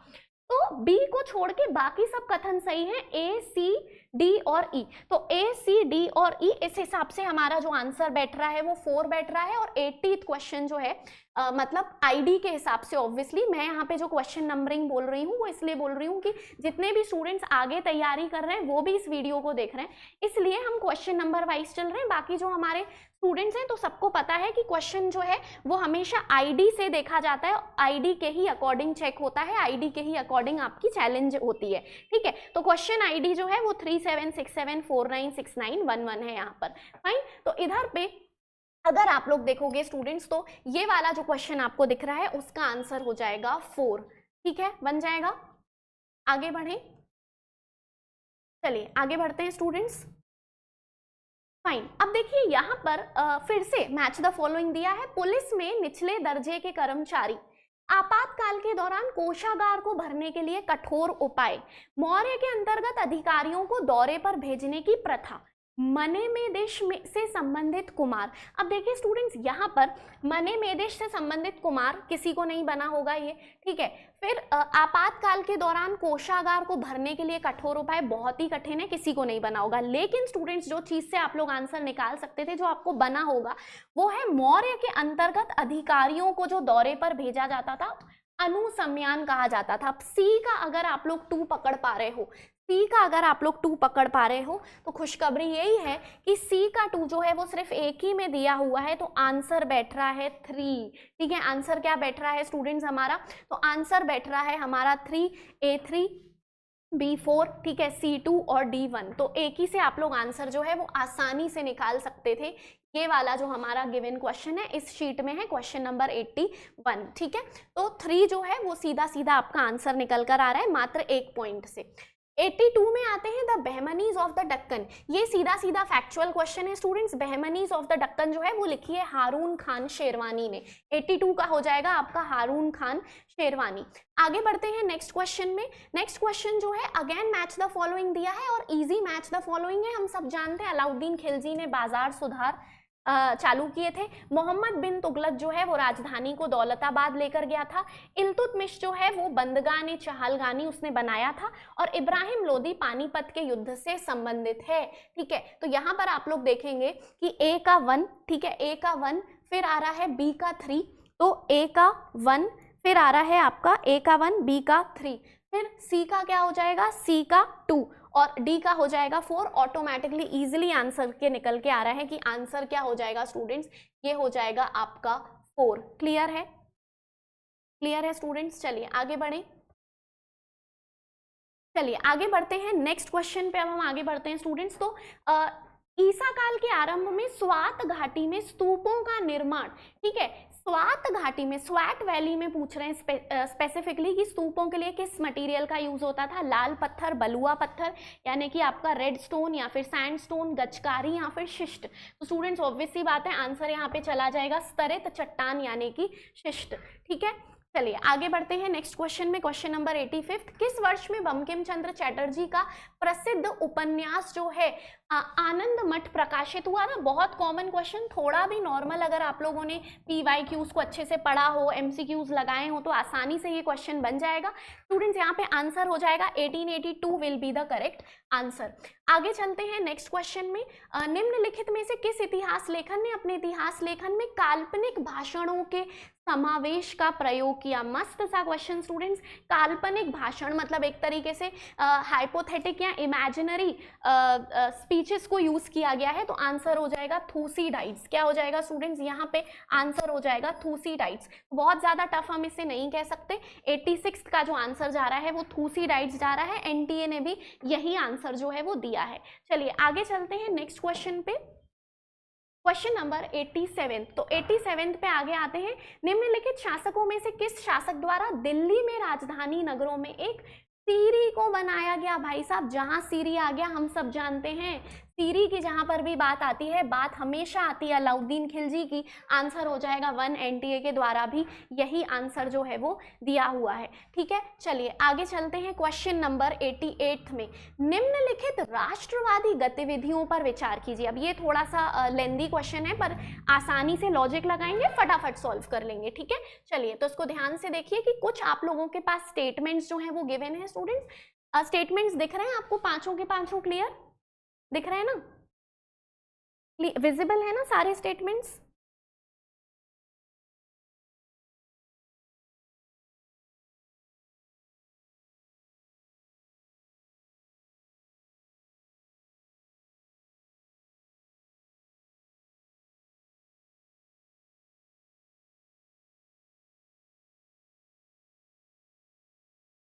चलिए चले बढ़े आगे। ओके, तो इस क्वेश्चन पे हम आगे आ जाते हैं स्टूडेंट्स, 88 क्वेश्चन पे। सो कुछ स्टेटमेंट्स हमारे पास गिवन है। पहला स्टेटमेंट है, चापेकर बंधुओं ने पुणे में 1897 में 2 अलोकप्रिय ब्रिटिश अधिकारियों की हत्या की। बिल्कुल सही पढ़ाया है प्रॉपर। चापेकर बंधु सारे चापेकर ब्रदर्स को और कैसे कैसे उन्होंने ब्रिटिश अधिकारियों की हत्या की, सब पढ़ चुके हैं। 1897 बिल्कुल करेक्ट स्टेटमेंट है। वीर सावरकर ने 1905 में क्रांतिकारियों के गुप्त संगठन अभिनव भारत का गठन किया। तो स्टूडेंट्स, अभिनव भारत कई बार याद भी कराया था कि अभिनव अगर आप लोग लिखोगे तो 1 2 3 4 वर्ड आते हैं अभिनव में, और ऐसा लर्न भी कराया था कि 1904 में ये बनता है। तो यहाँ तो 1905 दिया है। बी कथन सिरे से गलत है, बी कथन गलत है। तो देखो यहाँ पे 2 ऑप्शंस तो आपके फ्री में एलिमिनेट हो गए। तिलक को 1908 में गिरफ्तार किया गया। हाँ, ये कॉमन क्वेश्चन है, सब जानते हैं। बाल गंगाधर तिलक 1908 में अरेस्ट हुए थे और 6 इयर्स की सजा उनको सुनाई गई थी। मौलाना अबुल कलाम आजाद ने 30 वर्ष की आयु में 1915 में अल हिलाल समाचार पत्र में अपने राष्ट्रवादी विचारों को प्रकाशित किया। अब स्टूडेंट्स, अल हिलाल में ईयर आता है 1912। तो यहाँ पर डी वाला जो कथन है वो भी हो गया आपका गलत। डी कथन हो गया गलत, तो ऑटोमेटिकली आंसर आ रहा है ए, सी और ई। अब ई आपको नहीं भी बन रहा तो भी ऑब्वियस सी बात है आंसर आ जाएगा केवल ए, सी और ई। क्लियर है स्टूडेंट्स? तो आंसर हो जाएगा ए, सी और ई। चलिए आगे चलते हैं नेक्स्ट क्वेश्चन में। क्वेश्चन नंबर 89 में अब हम आगे बढ़ रहे हैं। तो यहाँ पर अगर आप लोग देखेंगे क्वेश्चन नंबर 89, तो फिर से हमारे पास इधर पे स्टूडेंट्स 89 क्वेश्चन में 4 कथन दिए हैं 1857 की क्रांति से संबंधित। ठीक है, और यहाँ पर आप लोगों को सही कथन जो है वो पकड़ने हैं। मेरठ से सिपाहियों ने दिल्ली शहर में प्रवेश कर राजनीतिक एजेंट साइमन फ्रेजर को मार डाला। 19th नेटिव इन्फेंट्री जिसने एनफील्ड राइफल्स का उपयोग करने से मना कर दिया था, वह बहरामपुर में स्थित थी। खान बहादुर जिसने बरेली में कमान संभाला, वह रोहेल खंड के पूर्व शासक का वंशज था। मिर्जिस कादिर को लखनऊ का नवाब घोषित किया गया था। तो स्टूडेंट्स, यहाँ पर अगर आप लोग देखेंगे, ठीक है, यहाँ पर स्टूडेंट्स एरर है। एरर क्या है मैं आपको बताती हूँ। ये वाला जो क्वेश्चन है मैं आपको क्लियरली बता दूं, इंग्लिश मीडियम का जो क्वेश्चन है स्टूडेंट्स, उसमें ए, बी, सी, डी और ई 5 कथन दिए हुए हैं। डी वाला कथन जो है, ये वाला जो कथन है इंग्लिश मीडियम में ई पॉइंट बनाया हुआ है। जैसा कि मेरे पास इंग्लिश मीडियम का क्वेश्चन, स्टूडेंट्स यहाँ पे मेरे पास इंग्लिश मीडियम के क्वेश्चन की भी कॉपी है। तो इस क्वेश्चन में इंग्लिश मीडियम में अगर आप लोग देखोगे तो बिरजिस कद्र was proclaimed the Nawab of Lucknow, ये जो स्टेटमेंट है आपका ई दिया है, और डी वाला स्टेटमेंट दिया है कि 7th Awadh regiment remained loyal to the company. तो इंग्लिश वर्जन के हिसाब से स्टूडेंट्स 4th जो ऑप्शन दिया है ए, बी, सी और ई, वो सही बैठ रहा है इंग्लिश वर्जन के हिसाब से। लेकिन भाई साहब, हिंदी में तो आप देखोगे तो एक कथन ही गायब है। तो ये क्वेश्चन आप सीधे सीधे चैलेंज कर सकते हो, और नहीं भी करोगे तो भी ये जाएगा ही जाएगा कहीं ना कहीं किसी न किसी रूप में एनटी के पास, और एनटी इसको हटाएगा। तो ये क्वेश्चन, हाँ, इंग्लिश मीडियम वाले जो भी हमारे स्टूडेंट्स हैं, तो इंग्लिश मीडियम वाले स्टूडेंट्स जो हैं उनमें 5 कथन दिए, तो उनके अकॉर्डिंग कथन बिल्कुल सही, आंसर बिल्कुल सही है ए, बी, सी और ई, क्योंकि उसमें जो डी कथन दिया है वो आपका सिरे से गलत दिया हुआ है। ठीक है, आ गई बात समझ में? तो यहाँ पर आप लोग देखोगे स्टूडेंट्स, तो ये वाला जो क्वेश्चन है वो माइनस होगा ही होगा, इसमें कोई दो मत नहीं। चलिए आगे चलते हैं नेक्स्ट क्वेश्चन की तरफ। क्वेश्चन नंबर 19, इजी क्वेश्चन, चित्रकार जहांगीर से संबंधित है। ये क्वेश्चन स्टूडेंट्स काफी इजी पूछा गया। जितनी भी दूसरी हमने स्कूल ऑफ पेंटिंग पढ़े थे, बहुत सारे स्कूल्स ऑफ पेंटिंग मैंने आपको हमारे क्लासेस में भी पढ़ाए थे, वहां से कुछ भी क्वेश्चन नहीं आए। बेसिक क्वेश्चन आया है कि कौन सा चित्रकार जहांगीर से संबंधित नहीं है। तो देखो स्टूडेंट्स, मनोहर तो था, बिशनदास भी था, दौलत भी था। अब्दुल समद जो था वो आपके हुमायूं और अकबर के टाइम का था। ठीक है, तो यहाँ पे ऑब्वियस सी बात है, आंसर चला जाएगा अब्दुल समद, और 4 जो है वही आपका आंसर दिया है एनटीए के अकॉर्डिंग। आई बात समझ में? चलिए आगे बढ़ते हैं नेक्स्ट क्वेश्चन में। तो यहाँ पर अगर आप लोग देखेंगे स्टूडेंट्स नेक्स्ट क्वेश्चन, तो यहाँ पे बाल गंगाधर तिलक के बारे में कुछ स्टेटमेंट्स हमको गिवन है। और स्टूडेंट्स यहाँ पर बहुत ज़्यादा डिफिकल्ट क्वेश्चन नहीं है। बाल गंगाधर तिलक को हम डिटेल में यूजुअली पढ़ते ही हैं, पर यहाँ पे काल क्रमानुसार व्यवस्थित करना है आपको, क्रोनोलॉजिकल ऑर्डर में अरेंज करना है। तो क्रोनोलॉजिकल ऑर्डर में आप देखोगे तो केसरी का संपादन उन्होंने सबसे पहले शुरू किया था, और उसके बाद गणपति उत्सव शुरू किया था। ठीक है, तो केसरी का संपादन पहले शुरू किया, और अगर आप लोग देखोगे पारंपरिक गणपति उत्सव जो है उन्होंने बाद में शुरू किया। तो बी ए तो हमारे पास 2 जगह आ रहे हैं, अब सी और डी और सी। तो देखो शिवाजी उत्सव बाद में किया, और लास्ट में आप देखोगे कि सरकार से माफी मांगने से अस्वीकार किया, और उन्हें 18 मंथ्स का जो है वो सश्रम कारावास दिया गया था। तो स्टूडेंट्स यहाँ पे अगर आप लोग जमाओगे तो आंसर जा रहा है बी ए डी और सी। ठीक है, बी ए डी और C, B A D C option जो है अभी इधर पे हमारे पास 91st क्वेश्चन का 3 जा रहा है। क्लियर है? ठीक है, बी ए डी सी जो है वो आंसर जा रहा है, और यही आंसर दिया भी हुआ है एनटीए के द्वारा। चलिए आगे बढ़ते हैं स्टूडेंट्स और बात करते हैं नेक्स्ट क्वेश्चन पे। तो यहाँ पर हम नंबरिंग देख रहे हैं ताकि जो आगे के लिए जो स्टूडेंट स्टडी कर रहे हैं उनके लिए भी यूजफुल हो। पर जैसा कि हमारे जितने भी स्टूडेंट्स ने पेपर दिया है सबको पता है कि क्वेश्चन आईडी के ही अकॉर्डिंग सॉल्व किया जाता है। फाइन, चलिए आगे चलते हैं। निम्नलिखित में से किसका निर्माण दिल्ली सल्तनत काल में नहीं हुआ था? निम्नलिखित में से किसका निर्माण दिल्ली सल्तनत काल में नहीं हुआ था? जमैत खाना मस्जिद, दौलताबाद किला, कुवैत उल इस्लाम मस्जिद, बीबी का मकबरा। भाई साहब, बीबी का मकबरा, औरंगजेब, मुगल्स, गया, सफदर जंग का मकबरा, बहुत आगे चला गया, गया। डी और ई तो आपके सिरे से माइनस हो रहे हैं स्टूडेंट्स। तो यहाँ पर आप देखिए, इधर पे अगर आप लोग देखोगे तो 2 ही ऑप्शंस आपको चूज करने हैं, और यहाँ पर आपसे पूछा है कि दिल्ली सल्तनत काल में नहीं हुआ, तो डी और ई का नहीं हुआ, तो सीधे सीधे आंसर जा रहा है आपका डी और ई यानी कि 2। ठीक है, सीधा सीधा जो आंसर जा रहा है वो आपका 2 जा रहा है। आगे चलते हैं नेक्स्ट क्वेश्चन में, क्वेश्चन नंबर 93 की तरफ फटाफट आगे बढ़ते हैं। निम्नलिखित बोधिसत्वों में से कौन सा करुणा को निरूपित करता है? सारे के सारे बोधिसत्व मैंने पेड क्लास में पूरे के पूरे पिक्चर्स के साथ आप लोगों को दिखाए थे स्टूडेंट्स, और सबको पता है, यहाँ पे जितने भी स्टूडेंट्स ने पढ़ा था सबको पता है आंसर चला जाएगा अवलोकितेश्वर। ठीक है, क्या चला जाएगा आंसर? 4th चला जाएगा अवलोकितेश्वर। करुणा यानी कंपैशन को दर्शाता है। ठीक है, चलिए आगे चलते हैं नेक्स्ट क्वेश्चन पे। अब हम बात करते हैं स्टूडेंट्स, और 94th क्वेश्चन पे अब हमें बात करनी है। ठीक है, चलिए तो 94th क्वेश्चन पे अब हमें बात करनी है स्टूडेंट्स, और यहाँ पर अगर आप लोग देखोगे तो निम्नलिखित भारतीय इतिहास लेखन की परंपराओं को, थोड़ा सा नया सा क्वेश्चन है, प्राचीनतम से नवीनतम यानी पुराने से लेकर न्यू के क्रम में हमें सजाना है। तो यहाँ पर देखिए स्टूडेंट्स, सबसे पहले अगर आप लोग देखोगे तो कौन कौन से दिए हैं, अगर हम देखें, मार्क्सवादी भारतीय इतिहास लेखन दिया है, भारतीय राष्ट्रवादी इतिहास लेखन मतलब नेशनलिस्ट अप्रोच दिया है, सबाल्टन अप्रोच दिया है, पढ़ाया हुआ है सबाल्टन, प्राच्यवादी दिया है, और ब्रिटिश साम्राज्यवादी इतिहास लेखन जो है वो आप लोगों को दिया हुआ है। ठीक है, तो एनटीए के द्वारा DC, देखिए स्टूडेंट्स यहाँ पे एनटीए के द्वारा जो आंसर दिया है वो DCAEB दिया है, तो देखते हैं कि करेक्ट है कि नहीं। तो प्राच्यवादी D, फिर उसके बाद सबाल्टन, फिर उसके बाद मार्क्सवादी, फिर उसके बाद ब्रिटिश साम्राज्यवादी, और लास्ट में आ जाएगा भारतीय राष्ट्रवादी। ठीक है, लास्ट में आप भारतीय राष्ट्रवादी आराम से आंसर निकाल सकते थे अगर आपको B भी पता है। तो यहाँ पे स्टूडेंट्स 94th गिवन क्वेश्चन के अकॉर्डिंग हमारे पास 4 जो है वो आंसर बैठ रहा है, DCAEB। ठीक है, तो यहाँ पर आपको कैसे तुक्का मारना था, सीधा सीधा भारतीय राष्ट्रवादी का भी अगर आप लॉजिक लगाते तो आसानी से उत्तर पे पहुंच सकते थे। चलिए आगे बढ़ते हैं। जिन स्टूडेंट्स के थोड़े बहुत गलत भी हैं, डरने वाली बात नहीं है, एटलीस्ट आपको नेक्स्ट टाइम के लिए भी एक आइडिया आ जा रहा है। फाइन, आगे चलते हैं नेक्स्ट क्वेश्चन की तरफ, और यहाँ पर आप लोगों को फिर से स्टूडेंट्स मैच द कॉलम दिया है, और अगेन जो मैच द कॉलम है वो थोड़ा सा टिपिकल हमें दिखने में नजर आ रहा है स्टूडेंट्स, क्योंकि कुछ कीवर्ड्स जो हैं वो आप लोगों को यहाँ पर दिए हुए हैं। कौन कौन से कीवर्ड्स दिए हैं? तो कल्तिका दिया है, कनटिकान दिया है, पोलशेलई दिया है और ओवेयर दिया है।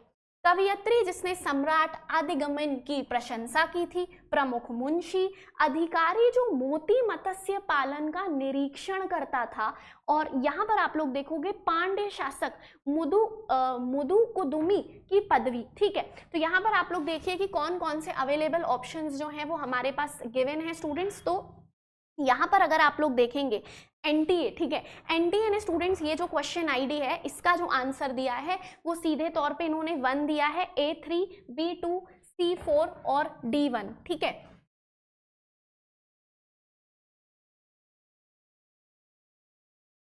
तो देखिए स्टूडेंट्स यहाँ पे अगर आप लोग देखोगे तो कल्तिका जो है, कल्तिका, इससे आपको बस पता लगाना था कि कल्तिका जो है वो अधिकारी है जो मोती मत्स्य पालन का निरीक्षण करता था। तो ए पे आपको पहुंचना था सीधे 3 पे। ठीक है, ए से आपको पहुंचना था सीधे 3 पे, और यहाँ पर आप लोग देखोगे स्टूडेंट्स कि ए का 3 जो है वो किसी में नहीं दिया गया, तो एक कीवर्ड बस हमें पकड़ना था जिससे कि हमारा आंसर आ जा रहा है।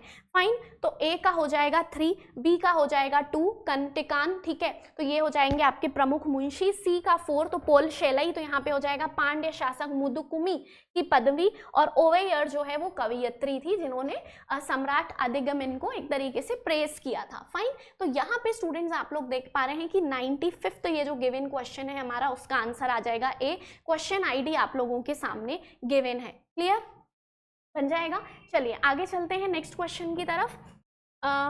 96th क्वेश्चन है स्टूडेंट्स। अब देखिए फिर से यहाँ पे बुक्स दी हुई हैं कि कौन सी पुस्तकें जो है वो W.H. मोरलैंड ने नहीं लिखी है, W.H. मोरलैंड ने नहीं लिखी है। तो यहाँ पर आपको सबसे पहले तो ये पता होना चाहिए कि मोरलैंड ने कौन सी फेमस किताब लिखी है। तो देखो मोरलैंड की जब हम बात करते हैं स्टूडेंट्स, तो यहाँ पर आप लोग इस चीज को समझिए कि the agrarian system of Muslim India, India at the death of Aurangzeb, from Akbar to Aurangzeb, some aspects of Muslim administration और the Mughal nobility under Aurangzeb. अब देखिए ये जो स्टूडेंट्स, ये जो 96th बेसिकली आपका क्वेश्चन है, इसका आंसर एनटीए के द्वारा दिया हुआ है डी और ई। ठीक है, एनटीए ने जो इसका आंसर दिया है वो डी और ई दिया है, मतलब एनटीए का मानना है कि some aspects of Mughal administration और the Mughal nobility under Aurangzeb ये इसके द्वारा नहीं लिखे गए। लेकिन स्टूडेंट्स अगर आप लोग देखोगे तो India at the death of Aurangzeb ये बुक का नाम ही गलत है।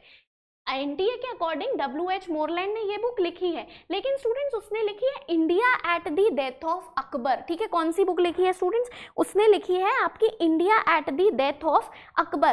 तो यहाँ पर ये क्वेश्चन जो है वो सीधा सीधा आप लोग चैलेंज कर सकते हैं, ये क्वेश्चन को आप लोग अच्छे से सीधे चैलेंज पे डाल सकते हैं, ये पूरा ही डिस्प्यूटेड क्वेश्चन है। ठीक है, चलिए आगे चलते हैं नेक्स्ट क्वेश्चन पे। सीधा सीधा क्वेश्चन है, कलकत्ता के हिंदू कॉलेज के पहले विजिटर के रूप में किसे नियुक्त किया गया था? इसमें भी काफी स्टूडेंट्स का बोलना है कि मैम हमें आपत्ति लगानी चाहिए, लेकिन स्टूडेंट्स आपत्ति नहीं लगेगी क्योंकि पहला विजिटर बोला है। देखो राजा राम मोहन रॉय, डेविड हैरी, ये तो फाउंडर्स ही थे सीधे सीधे। अब डेरेजियो भी गए थे, लेकिन स्टूडेंट्स यहाँ पर क्या बोला है? पहले विजिटर। तो पहले विजिटर सीधे तौर पे हो जाएंगे H.H. विल्सन। तो कलकत्ता का जो हिंदू कॉलेज था उसका पहला विजिटर जो हो जाएगा वो H.H. विल्सन ही यहाँ पर मान्य माना जाएगा। तो इस पे आपको आपत्ति नहीं लगानी है, अननेसेसरी आप लोगों को अपने रिसोर्सेज वेस्ट नहीं करने। ठीक है, चलिए आगे चलते हैं स्टूडेंट्स नेक्स्ट क्वेश्चन पे। निम्नलिखित में से लेखक क्रॉनिकल पुस्तक का सही युग्म है। अब ध्यान से आपको देखना है, अच्छा क्वेश्चन है ये, हेल्दी क्वेश्चन है, सबको बना होगा ये। यहाँ पर स्टूडेंट्स अगर आप लोग देखेंगे तो सीधी सीधी बुक्स गिवन है हमारे पास। अबुल फजल अकबरनामा सही है, जियाउद्दीन बरनी फतवा ए जहानदारी सही है, निजामुद्दीन अहमद तारीके शेरशाही। तो स्टूडेंट्स तारीके शेरशाही की जब हम बात करते हैं, कभी भी तारीके शेरशाही की जब बात होती है तो आपको सबको पता है कि अब्बास खान सरवानी का नाम आता है। ठीक है, बेसिक सी पुस्तक है, हम कई बार शेरशाह सूरी के टाइम पर भी ये चीज पढ़ते हैं। कि तारीख शेरशाही जो है तो वो किसके द्वारा लिखी हुई है? अब्बास खां सरवानी के द्वारा लिखी हुई है, अब्बास खां सरवानी के द्वारा लिखी हुई है। तो सी वाला जो है वो तो गया, ठीक है, सी गया, ये ऑप्शन हमारा पहले ही कट गया। अमीर खुसरो ने तबाकत अकबरी, बिल्कुल नहीं स्टूडेंट्स, अमीर खुसरो की तो सारी बुक्स आपको अच्छे से ही लर्न होती है।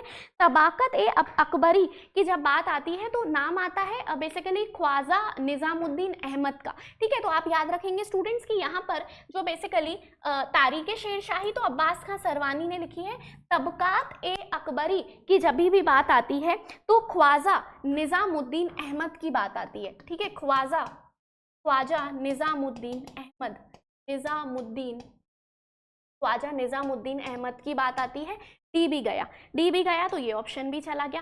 तारीख दाऊदी, स्टूडेंट्स लास्ट टाइम पे भी पढ़ाया था, तारीख दाऊदी ऐसा बोला था कि दाऊद टाइप का नाम लगता है, अब्दुल्ला, तो मैंने आपको ट्रिक भी बताई थी, दाऊद अब्दुल्ला ऐसे बोल बोल के याद कर लो। तो स्टूडेंट्स तारीख दाऊदी तो आपको याद ही होगा अब्दुल्ला, तो ई वाला भी गलत है, तो ई गया तो ऑब्वियसली आंसर कहाँ जा रहा है?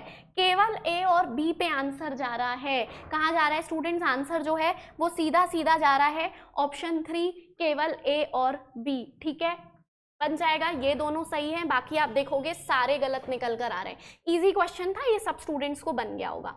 आगे चलते हैं नेक्स्ट क्वेश्चन में। निम्नलिखित में से कौन सा युग्म सुमेलित नहीं है? तो मोइनुद्दीन चिश्ती अजमेर, ठीक है, बाबा फरीद पाकपटन, ठीक है, शेख बख्तियार काकी गुजरात। अब बताओ, सबको दिल्ली पता है, सीधे तौर पे शेख सलीम चिश्ती आगरा, सीधे तौर पे आंसर निकल कर आ रहा है 3, ठीक है, सीधे तौर पर आंसर निकल कर आ रहा है शेख बख्तियार काकी, और यही जो है वो एनटीए के द्वारा आंसर दिया है, कोई भी दिक्कत नहीं। आगे चलते हैं स्टूडेंट्स क्वेश्चन नंबर 100 पे। यहाँ पर अगर आप लोग देखोगे तो किस वर्ष लंदन में धन भेजने के लिए निर्गत सिक्कों से कमाए गए लाभ से एक स्वर्ण मानक रिजर्व बनाया गया, क्योंकि आंशिक रूप से विनिमय में आने वाले उतार चढ़ाव को रोकने, होने वाले व्यय को पूरा करने और सिक्का ढलाई के लिए चांदी खरीदने हेतु किया गया था। यहाँ पे स्टूडेंट्स 1893, 1900, 1930, 1925, ये थोड़ा सा मॉडरेट क्वेश्चन है, ये कुछ स्टूडेंट्स को ही बन पाया होगा। आंसर हो जाएगा 1900 स्टूडेंट्स, और यही जो आंसर है सीधे सीधे एनटीए के द्वारा दिया है। आगे चलते हैं नेक्स्ट क्वेश्चन में स्टूडेंट्स। तो क्वेश्चन 101 पे अब आ गए हैं हम आगे। किस आयोग ने भाषाई आधार पर यानी लिंग्विस्टिक बेसिस पर राज्यों का निर्माण नहीं करने की सलाह दी थी? इजी क्वेश्चन है, आपको पता है बहुत से ऐसे कमीशन थे जो कि लिंग्विस्टिक बेसिस पे यानी भाषाई आधार पर राज्यों की मांग को नहीं मान रहे थे, तो नहीं मानने की सलाह दी थी, और क्योंकि इससे राष्ट्रीय एकता को खतरा हो सकता था, और उन्होंने कहा कि अगर हम प्रशासनिक दृष्टि से देखेंगे, एडमिनिस्ट्रेटिव व्यू पॉइंट से देखेंगे तो भी बहुत ज्यादा असुविधाजनक है।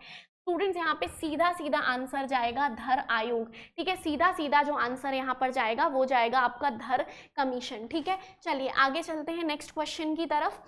Again students match the following दिया है, और अच्छी बात यह है कि फाइनली हमारे पास एक इजी मैच द फॉलोइंग है। तो बागौर जो है सब जानते हैं भाई, बागौर मध्य पाषाण कालीन है, मीजोलिथिक, एनिमल हस्बेंड्री, पशुपालन के साक्ष्य मिलते हैं। बैराट बौद्ध अवशेष, बीबी से कई बार लिंक कराया है, बैराट बहुत फेमस है। कालीबंगा सबको बना होगा, परिपक्व हड़प्पा संबंधी, तो बच रहा है अहाड़, उसको कहाँ डाल दोगे? ताम्र पाषाण में। तो ए का हो जाएगा 4 स्टूडेंट्स। तो देखिए एक ही बार में आंसर निकल के आ रहा है, और कुछ इतने इजी ऑप्शंस दिए हुए हैं students, A4, B1, C3, D2, ठीक है, बन जाएगा, ठीक है। चलिए आगे बढ़ते हैं। तो ये आसान क्वेश्चन है, बागौर मीजोलिथिक, बैराट आपका बौद्ध अवशेष, आहार चला जाएगा ताम्रपाषाण, और कालीबंगा चला जाएगा हड़प्पा संबंधी। चलिए नेक्स्ट क्वेश्चन में आगे चलते हैं। 103 में बाबर के ऊपर हमारे पास क्वेश्चन गिवन है कि बाबर ने निम्नलिखित में से किन कारणों से इब्राहिम लोधी को पानीपत के युद्ध में पराजित कर दिया था? तो स्टूडेंट्स यहाँ पर आप लोग देखेंगे कि कौन कौन से ऐसे कारण थे जिसकी वजह से बाबर ने हराया। बहुत ध्यान से क्वेश्चन को पढ़ेंगे तो बन जाएगा। वह युद्ध में कभी पराजित नहीं हुआ था। अब स्टूडेंट्स मुझे एक बात बताओ, मान लीजिए कोई ऐसा व्यक्ति है जो बहुत टाइम से पराजित नहीं हुआ, तो क्या वो इस युद्ध में भी पराजित नहीं होगा? क्या ये वैलिड कारण लग रहा है, बकवास कारण लग रहा है सुनने में ही? ठीक है, तो कई स्टूडेंट्स कह रहे हैं कि मैम अरे भाई साहब देखो तो आप, पहले इन्होंने बोला है कि कौन से कारणों की वजह से इब्राहिम लोधी जो था वो हारा था। तो भाई साहब क्या इब्राहिम लोधी इस वजह से हारेगा कि आज तक बाबर कोई युद्ध में नहीं हारा? इनवैलिड, इलॉजिकल पॉइंट लग रहा है। तो स्टूडेंट्स ए वाला कथन तो है वो तो आप सीधे माइनस करो, यहां से यहां से यहां से। भाई साहब खुद ही क्वेश्चन आंसर आ गया बी डी ई। तो मुझे बताइए बी डी ई एनटीए के द्वारा जो आंसर दिया है 103 में, क्या वो गलत दिया है? नहीं, बिल्कुल सही दिया है। भाई मैंने बाकी के कथन पढ़े भी नहीं, मैंने तो पहले ही पॉइंट से लॉजिक निकाल दिया।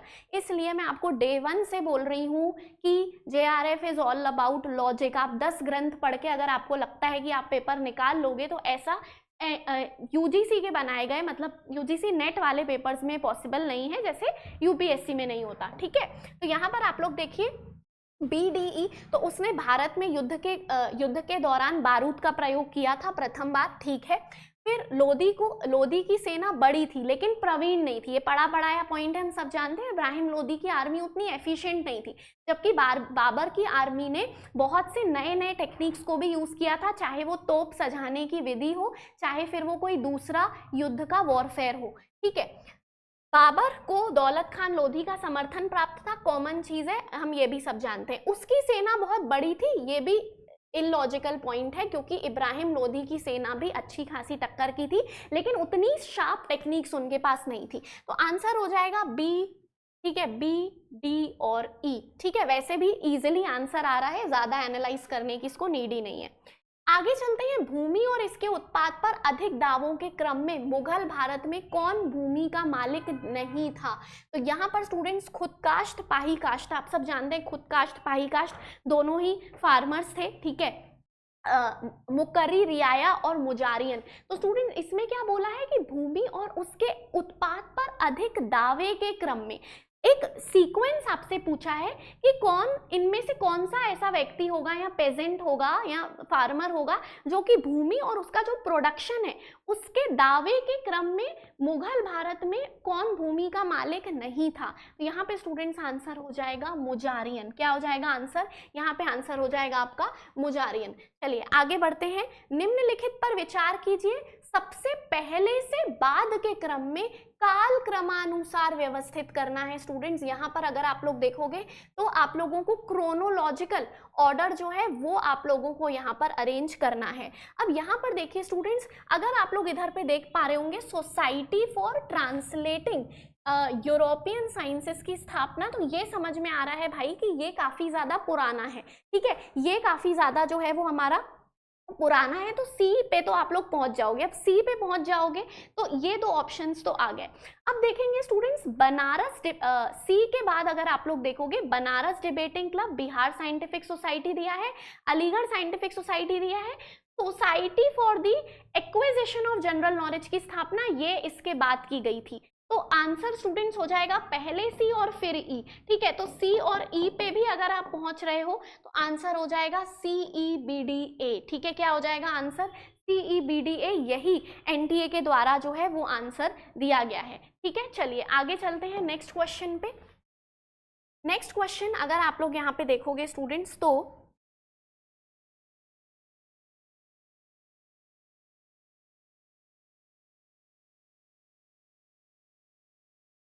चलिए, सो क्वेश्चन नंबर 106 पे अब आप हम लोग आ गए हैं। फिर से भाई साहब मैच द फॉलोइंग दिया है।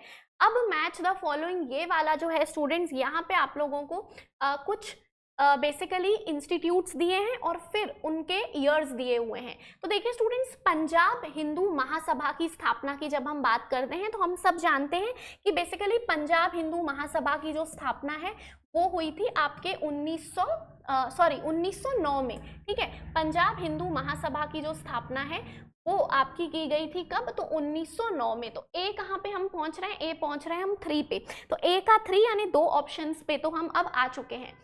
अब उसके बाद देखिए स्टूडेंट्स, अखिल भारतीय हिंदू महासभा का प्रथम सत्र और अहमदाबाद में साबरमती आश्रम की स्थापना। सत्याग्रह की स्थापना तो ठीक है, देखो वैसे भी दोनों में ही D का 2 दिया है, ये आपको वैसे भी बनता है 19-19, तो इसमें कोई दिक्कत नहीं है। अब स्टूडेंट्स यहाँ पर अगर आप लोग देखोगे तो एनटीए ने जो इस क्वेश्चन का आंसर दिया है वो ऑप्शन नंबर 2 दिया है, ठीक है। ऑप्शन नंबर 2 दिया है एनटीए के अकॉर्डिंग, मतलब वो मान रहा है बी का 4, मतलब कि अखिल भारतीय हिंदू महासभा का प्रथम सत्र बी का 4 मान रहा है, जो कि बिल्कुल सही है। लेकिन स्टूडेंट्स वो मान रहा है अहमदाबाद में साबरमती आश्रम की स्थापना 1916, जबकि स्टूडेंट्स अहमदाबाद में साबरमती आश्रम की जो स्थापना है वो भी 1915 में ही हो गई थी, इसकी ऑफिशियल वेबसाइट के अकॉर्डिंग 1915 में हो गई थी। और दूसरी चीज, अगर दूसरा कोई ईयर मिलता भी है शिफ्टिंग का तो वो 1917 मिलता है, 1916 जैसा कोई ईयर हमें ऑफिशियल सोर्सेज में नहीं मिलता। तो ये जो क्वेश्चन है ये आप चैलेंज कर सकते हो, ये क्वेश्चन अगेन आप चैलेंज कर सकते हो, ठीक है। चलिए आगे चलते हैं। बाकी मैंने आपको ये बता दिया कि A3, B4, C1 और D2 ये एनटीए के द्वारा आंसर माना गया है, ठीक है। चलिए आगे चलते हैं। वाइसरॉय की कार्यकारी परिषद में किस भारतीय को प्रथम बार विधि सदस्य लॉ मेंबर, तो स्टूडेंट्स लॉ मेंबर तो आपको सबको पता है भाई, 1909 मॉर्ले मिंटो रिफॉर्म्स 1909, हम सब जानते हैं स्टूडेंट्स कि मॉर्ले मिंटो रिफॉर्म्स 1909 के ही तहत लॉ मेंबर की बात की गई थी, ठीक है। पढ़ा पढ़ाया क्वेश्चन इजी सा है। नेक्स्ट देखिए स्टूडेंट्स, यहाँ पर फिर से आप लोगों को कुछ संगठन दिए हैं और पहले से बाद के क्रम में स्थापना वर्ष के अनुसार, मतलब क्रोनोलॉजिकल ऑर्डर पूछा है कि पहले क्या बना बाद में क्या बना। आत्मीय सभा स्टूडेंट्स सब जानते हैं भाई साहब कि आत्मीय सभा जो है वो 1815, हिंदू कॉलेज आप सब जानते हैं 1817, ठीक है। हिंदू कॉलेज हम सब जानते हैं स्टूडेंट्स 1817 हो जाएगा हिंदू कॉलेज। फिर उसके बाद श्रीरामपुर कॉलेज का ईयर आता है 1818, ठीक है, 1818 आता है। पूना संस्कृत कॉलेज जो बाद में जाके डेक्कन कॉलेज बनता है, पूना संस्कृत कॉलेज का ईयर अगर आप लोगों ने सुना होगा स्टूडेंट्स 1821 आता है। और कलकत्ता मेडिकल कॉलेज सबसे बाद का है, 1835 के आसपास का है ये, ठीक है। तो अगर आप लोग यहाँ पर देखोगे स्टूडेंट्स तो 1815, 1817, फिर आ जा रहा है आपका 1818, फिर 1821 और 1835, तो 15, 17, 18, 21 और 35, तो लाइन से आ रहा है ABCDE, ठीक है। ABCD और E बिल्कुल सही है, यही जो है एनटीए के द्वारा आंसर दिया गया है, दैट इज 3, ठीक है, बन जाएगा।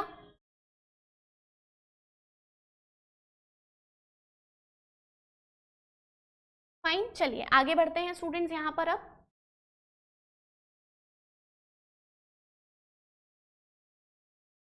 क्लियर है, विजिबल है सारी चीजें?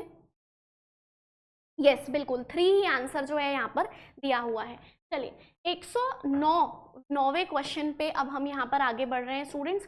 तो कलिंग में चोल के आक्रमण का मुख्य कारण क्या था? ये कठिन क्वेश्चन है, ये सीधा सीधा बहुत सारे स्टूडेंट्स ऐसे होंगे जिन्होंने यहाँ पे तुक्का फेंका होगा। मसूनी देश से चुनौती, ये जो है ये सीधा सीधा आपका आंसर हो जाएगा, option number 2 which is given by NTA, ठीक है। आगे बढ़ते हैं 110वें क्वेश्चन पे। कार्ल पॉपर ने निम्नलिखित में से किन पुस्तकों की रचना की है? कार्ल पॉपर की बुक्स ये आपके कुछ मॉडल एमसीक्यूज से ही कवर हुई होगी स्टूडेंट्स। तो यहाँ पर अगर देखिए mysticism and logic, the open society and its enemies, ये काफी फेमस बुक है किसकी? कार्ल पॉपर की। The limits of exact sciences, the poverty of historicism, ये भी बहुत ज़्यादा फेमस बुक है। तो स्टूडेंट्स यहाँ पर अगर आप लोग देखेंगे ऑप्शंस के अकॉर्डिंग तो कार्ल पॉपर की जो बुक्स है वो आपको दो के ही कॉम्बिनेशन में चूज करना है। और यहाँ पर अगर आप लोग देखेंगे तो बी और डी जो है वो सीधे सीधे आपका आंसर निकल कर आ रहा है, ठीक है। तो बी और डी जो है तो आंसर हो जाएगा 3, केवल बी तथा डी, ठीक है, केवल बी तथा डी जो है ये आपका आंसर हो जाएगा। और यही जो आंसर है बी तथा डी, यही जो है एज इट इज आपके एनटीए ने दिया है, तो ये बिल्कुल ठीक है, इसमें कोई दिक्कत नहीं है। फाइन, चलिए आगे चलते हैं नेक्स्ट क्वेश्चन में। बेसिक सा क्वेश्चन है, अगेन ये कॉमन पॉइंट्स आपको दिखाई में आ रहे होंगे। भारत में दास्ता उन्मूलन हम सब जानते हैं स्टूडेंट्स 1843, महिला भ्रूण हत्या फीमेल इन्फेंटिसाइड 1870 का अधिनियम आप लोग सब पढ़ के बैठे हो, ठीक है। अब देख लीजिए 2 में क्या हमारा आंसर आ रहा है, तो भारत पे दास्ता उन्मूलन A का 3 हो जाना चाहिए। तो देखिए A का 3 और भ्रूण हत्या 1870 B का 4। तो ये देखिए ऑटोमेटिकली आपका आंसर आ रहा है A3 B4 C2 और D1। ठीक है, बन जाएगा ना स्टूडेंट्स? इजी है ये बेसिक सा क्वेश्चन है, मुझे नहीं लगता है इसमें आप लोग गलतियां करके आए होंगे। चलिए आगे चलते हैं। अब यहाँ पे पढ़ते हैं कि नीचे दिए गए विकल्पों में से 2 सही मिलान चुने। अगेन आपको 5 मिलान दिए, 2 मिलान सही चुनने हैं। मोहता नैसणी की ख्यात राजस्थान, नाम से समझ में आ रहा है सही है। अमीर खुसरो की फेमस बुक है नूह सिपेसर, सही है। अब बताओ स्टूडेंट्स, राज तरंगणी में मालवा लिख दिया भाई साहब, राज तरंगणी कश्मीर हम सब जानते हैं। मलिक मोहम्मद जायसी की बुक तो पद्मावत है, तो गलत हो गया ये भी। और पद्मावत मुल्ला दाऊद की है क्या? नहीं, मुल्ला दाऊद की ये है चंदायन, तो ये उल्टा दिया है। तो स्टूडेंट्स यहाँ पे सही मिलान चुनना है, तो ये भी गलत है, ये भी गलत है और ये भी गलत है। तो सही मिलान A और B है, तो आंसर क्या हो जाएगा? ऑब्वियसली केवल A और B हो जाएगा 112 में। ठीक है, तो सीधे सीधे बात है स्टूडेंट्स की A और B जो है ऑप्शन 2 वही आपका गिवन आंसर है NTA के द्वारा, बिल्कुल सही है। इजी सा क्वेश्चन है, इसमें कोई भी एज सच बड़ी समस्या नहीं आनी चाहिए। चलिए आगे चलते हैं। निम्नलिखित मराठा नेताओं सिपाहियों पर विचार करें और दी गई संबंधित घटनाओं को प्राचीनतम से, याद रखना पुराने से लेकर के क्रमवार आपको सजाना है, मतलब वही क्रोनोलॉजिकल ऑर्डर वाला क्वेश्चन है। महाजी सिंधिया की मृत्यु, पेशवा माधवराव की मृत्यु, नाना फडणवीस की मृत्यु, सवाई माधवराव की मृत्यु, पेशवा बालाजी बाजीराव, नाना साहिब की मृत्यु। ठीक है, तो यहाँ पे आप लोग देखेंगे स्टूडेंट्स, तो सीधा सीधा अगर आप लोग इतना पकड़ पाओ, इतना अगर आप लोग पांचों में से पकड़ पाओ, क्योंकि नाना साहेब एक ऐसी पर्सनैलिटी है जो कि हम सब पढ़ के जाते हैं, तो ई जो है वो सबसे पहले आपका आ जाना चाहिए यहाँ पर। ठीक है, तो स्टूडेंट्स ई पहले अगर आ रहा है तो 2 ऑप्शंस पे आप लोग आ जा रहे हो। अब ई के बाद पकड़ो पेशवा माधवराव ही आएंगे। ठीक है, तो यहाँ पे आंसर हो जाएगा आपका ई, फिर बी हो जाएगा, फिर ए हो जाएगा महाजी सिंधिया, फिर माधवराव आ जाएंगे और नाना फडणवीस आ जाएंगे। ठीक है, तो ई बी ए डी सी 1 जो है वो आपका यहाँ पर आंसर बैठ रहा है। ठीक है, 1 जो है वो आपका आंसर बैठ रहा है, ई बी ए डी और सी। ठीक है, चलो आगे चलते हैं नेक्स्ट क्वेश्चन पे। नेक्स्ट क्वेश्चन पे आगे आते हैं। 9वीं सदी में चंदेल और कलचुरी द्वारा जीते गए क्षेत्र। अब स्टूडेंट्स देखो, चंदेल जो है वो आपका बुंदेलखंड क्षेत्र हो गया, पता नहीं कितनी बार बुंदेलखंड क्षेत्र मैंने आपको मैप में ड्रॉ करके बताया होगा। और कलचुरीज जो है, कलचुरी भी अगेन आपका मिडिल इंडिया का जबलपुर और उसके आसपास का क्षेत्र होता है। अब आप कॉमन सेंस लगाओ, यहाँ पर कौन कौन से क्षेत्र दिए हैं? तो यहाँ पर दिए हैं कर्नाटा, गौड़, राधा, अंगवंग। राधा, अंगवंग, गौड़ ये सब फिर भी आपके एकदम एक्सट्रीम साउथ के क्षेत्र नहीं है, लेकिन कर्नाटा जो हम बात करते हैं वो सीधे सीधे एलिमिनेट हो रहा है। तो ए अगर आप एलिमिनेट करते हो स्टूडेंट्स, तो 2 आप ऑप्शंस आपके ऑलरेडी कट गए, तो सीधे सीधे है स्टूडेंट्स, आंसर हो जाएगा बी सी डी और ई। आ गई बात समझ में स्टूडेंट्स? तो बी सी डी और ई सेकेंड जो आपका ऑप्शन है that will be your correct answer. Gaur, Radha, Anga और वंग। ठीक है, बस कर्नाटक को आपको यहाँ पे एलिमिनेट करना था। चलिए आगे चलते हैं नेक्स्ट क्वेश्चन में। क्वेश्चन नंबर 15 जो है हिस्टोरियोग्राफी से, इतिहास लेखन से क्वेश्चन है, और यहाँ पे पूछा गया है कि मूल स्रोतों के आलोचनात्मक परीक्षण की शुरुआत हुई। इसका मतलब ये है मूल स्रोत यानी जो प्राइमरी सोर्सेज होते हैं उसको क्रिटिसाइज किया जाना चाहिए। मूल स्रोतों के आलोचनात्मक परीक्षण की बात आती है स्टूडेंट, सीधी बात है वॉन रैंक इतिहास लेखन में बर्लिन क्रांति। इसमें भी कुछ स्टूडेंट्स को डाउट है, लेकिन डाउट बिल्कुल भी यहाँ पर नहीं आना चाहिए, क्योंकि स्टूडेंट्स बर्लिन रेवोल्यूशन जो है वॉन रैंक का हम काफ़ी डिटेल में पढ़ते हैं, यूट्यूब पे भी MCQ सॉल्व किए थे, क्लास में भी पढ़ा था। आगे चलते हैं नेक्स्ट क्वेश्चन में। नेक्स्ट क्वेश्चन में अगर आप लोग देखोगे स्टूडेंट्स, तो गुरु दिए हैं सिख गुरु और उनके डेथ के ईयर्स दिए हैं। अब डेथ के ईयर्स ऑब्वियसली बात है हर कोई याद रख के जाता नहीं है, लेकिन गुरु का क्रम जो है वो आपको बहुत अच्छे से याद है, मैंने प्रॉपर ट्रिक्स से आपको सारी चीजें याद भी कराई थी। अब हम सबको पता है स्टूडेंट्स कि गुरु नानक सबसे पहले गुरु थे, तो इन चारों में से सबसे पहला वर्ष दिख रहा है 1539, तो ए मिला लो 4 पे। मात्र अगर ए 4 पे मिला रहे हो तो भी ऑटोमेटिकली आंसर निकल के आ रहा है, ए हो जाएगा आंसर A4 B1 C3 और D2। ठीक है, बन जाएगा। तो बहुत ही आसान क्वेश्चन है स्टूडेंट्स। गुरु नानक, फिर उसके बाद गुरु अमरदास आ जाएंगे। तो डी, अगर अमरदास की अगर हम बात करें तो सेकंड नंबर का ईयर आप लोग निकालोगे तो देखो ऑटोमेटिकली 1574 निकल के आ रहा है। बंदा बहादुर सबसे लास्ट में, तो सबसे आखिरी 1716 दिख रहा है, तो सी का सही मैच है। तो ये तो बहुत ही सिंपल क्वेश्चन है, ठीक है। ये मुझे लगता है कि बहुत ही इजी क्वेश्चन है, सबको बन गया होगा। अब देखिए स्टूडेंट्स, आगे बढ़ते हैं नेक्स्ट क्वेश्चन पे। यहाँ पे 116 क्वेश्चन 116 पे हम पहुंच चुके हैं। 117 पे आते हैं कि सही शासक और भवन युग्म का चयन कीजिए। एक तरफ रूलर्स दिए हैं, दूसरी तरफ उनकी इमारत दी हुई है। इल्तुतमिश, कुतुब मीनार, हाँ ठीक है, कुतुब मीनार की नींव ऐबक के द्वारा, कंप्लीशन इल्तुतमिश के द्वारा। अकबर के समय पे हुमायूं का मकबरा, तो हाँ स्टूडेंट्स ये भी ठीक है, हुमायूं का मकबरा, हाजी बेगम की बात आती है, लेकिन रेन तो अकबर का ही था। अकबर जामा मस्जिद दिल्ली, नहीं ये गलत है आपका। आदिलाबाद का किला अलाउद्दीन खिलजी, और बलबन में देखो स्टूडेंट्स दौलताबाद का किला। बलबन में कितनी बार मैंने आपको बताया है लाल महल, कितनी बार YouTube पर भी पढ़ा चुकी हूँ। तो सीधी सी बात है कि आपका ई वाला जो पॉइंट है स्टूडेंट्स, वो भी यहाँ पर जो है वो क्लियर कट गलत बैठ रहा है। तो आसानी से हमारा आंसर निकल करके आ रहा है स्टूडेंट्स की ए और बी, ठीक है। आसानी से ए और बी जो है, दो कॉम्बिनेशन हमको यूज करने थे, तो ए और बी जो है वो आपके सही है। अकबर जामा मस्जिद गलत है, अलाउद्दीन खिलजी आदिलाबाद का किला गलत है, और बलबन जो है दौलताबाद का किला वो भी आपका गलत है। ऑब्वियस सी बात है। कई स्टूडेंट्स कह रहे हैं कि मैम इसमें आपत्ति लगाओ। भाई साहब, हुमायूं का मकबरा, रेन, तो रेन किसका होगा? अकबर का ही होगा ना। हुमायूं के बाद कौन आया था? अकबर आया था, ठीक है। तो अननेसेसरी क्वेश्चंस में आपको आपत्ति नहीं लगानी। चलिए आगे चलते हैं। निम्नलिखित राजाओं को कालानुक्रम रूप से व्यवस्थित कीजिए। अब देखिए स्टूडेंट्स, सेनगुटवन, उदयनजेरल, नेंदुसेलियन, करैक्काल और सेंगनन। सबसे पहले तो उदयंग जेरल ये सबसे पहले था, ये तो हमको पता है। तो अगर आप उदयनजेरल तक भी पहुंच रहे हो स्टूडेंट्स, अगर आप लोग उदयनजेरल तक भी पहुंच रहे हो तो सीधी सी बात है स्टूडेंट्स की बी जो है वो सबसे पहले आना चाहिए। बी सबसे पहले आना चाहिए। तो एग्जामिनर ने हमारे लिए क्वेश्चन बहुत आसान कर दिया है, आसान ऑप्शंस देके।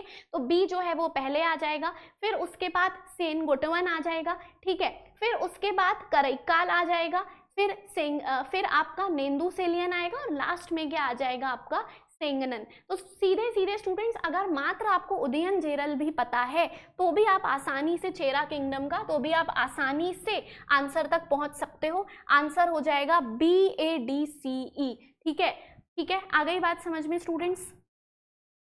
चलिए आगे बढ़ते हैं अब नेक्स्ट क्वेश्चन में। नेक्स्ट क्वेश्चन जो है स्टूडेंट्स यहाँ पर आप लोगों के सामने अब विजिबल है। यहाँ पर देखिए स्टूडेंट्स, फिर से मैच द फॉलोइंग हमारे पास दिया है।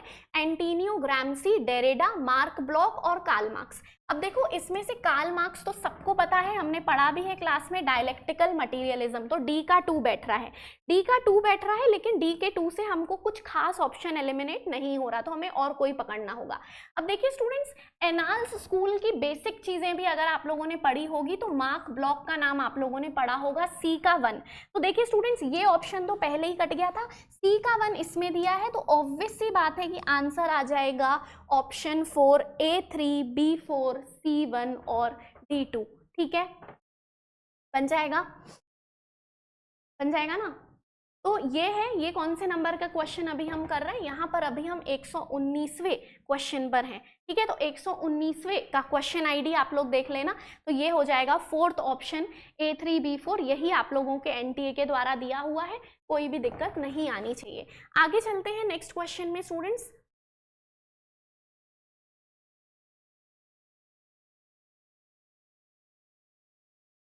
चलिए, तो नेक्स्ट क्वेश्चन में अब हम यहाँ पे आगे बढ़ते हैं।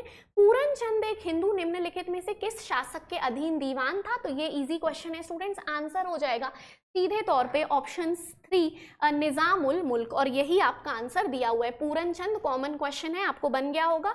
निम्नलिखित में से किसको नालंदा और विक्रमशिला विश्वविद्यालयों को बेतहाशा विनाश करने वाला कहा गया? तो भाई साहब, हम सब जानते हैं बख्तियार खिलजी का नाम, हर एक स्टूडेंट को ये क्वेश्चन आसानी से बन गया होगा। बख्तियार खिलजी नालंदा और विक्रमशिला विश्वविद्यालय को ध्वस्त किया था। बहुत ही बार हमने ये क्वेश्चन जो है वो डिस्कस भी किया है। तो आसानी से आपको ये क्वेश्चन जो है वो बन गया होगा। आगे चलते हैं नेक्स्ट क्वेश्चन में, किस शासक ने दिल्ली सल्तनत में सन 1296 1316 के बीच शासन किया? स्टूडेंट्स 1296 1316 तुरंत क्लिक हो रहा है अलाउद्दीन खिलजी, ठीक है। तो यहाँ पे स्टूडेंट्स अलाउद्दीन खिलजी जो है वो आंसर हो जाएगा, क्योंकि मैं आपको हमेशा कहती थी कि हर एक राजा का कार्यकाल याद नहीं रखना है, लेकिन जो बहुत ही फेमस राजा हैं। अब आप मुझे बताइए, अलाउद्दीन खिलजी का कार्यकाल, खिलजी साम्राज्यवाद के लिए जाना जाता है, खिलजी इंपीरियलिज्म के लिए जाना जाता है, तो ऑब्वियस सी बात है कि इसका कार्यकाल हम हमेशा लर्न करते ही थे। इनफैक्ट मैंने आपको अगर याद हो हमारी पेड क्लासेस में मैंने आपको 6 नंबर भी बताया था कि 6 नंबर जो है वो न्यूमरोलॉजी के अकॉर्डिंग काफ़ी ज़्यादा नेम फेम लेकर आता है और लग्जरी लेकर आता है। आपको याद हो मैंने आपको इस तरीके से भी याद करवाने का प्रयास किया था और सीधा सीधा क्वेश्चन आ गया है। निम्नलिखित में से कौन प्राचीन नव प्रस्तर स्थल है? इजी क्वेश्चन स्टूडेंट्स, नव प्रस्तर की बात आ रही है, सीधी सीधी बात है, आंसर कहाँ चला जाएगा? तो आंसर चला जाएगा आपका मेहरगढ़, ठीक है। आगे चलते हैं नेक्स्ट क्वेश्चन पे। आधुनिकोत्तर इतिहास लेखन के संबंध में निम्नलिखित में से कौन सा कथन सही नहीं है? ठीक है, आधुनिकोत्तर यानी कि पोस्ट मॉडर्निज्म की बात हो रही है। अतीत को परिलक्षित करने वाले स्रोत हमेशा किसी अन्य के दृष्टिकोण से लिखे होते हैं। ये है स्टूडेंट्स आप लोगों का सीधे सीधे अगर आप लोग देखोगे यहाँ पर तो ये जो कथन है वो किसका दिया हुआ है? तो ये जो कथन है वो सीधा सीधा आपका पोस्ट मॉडर्निज्म से संबंधित दिया है।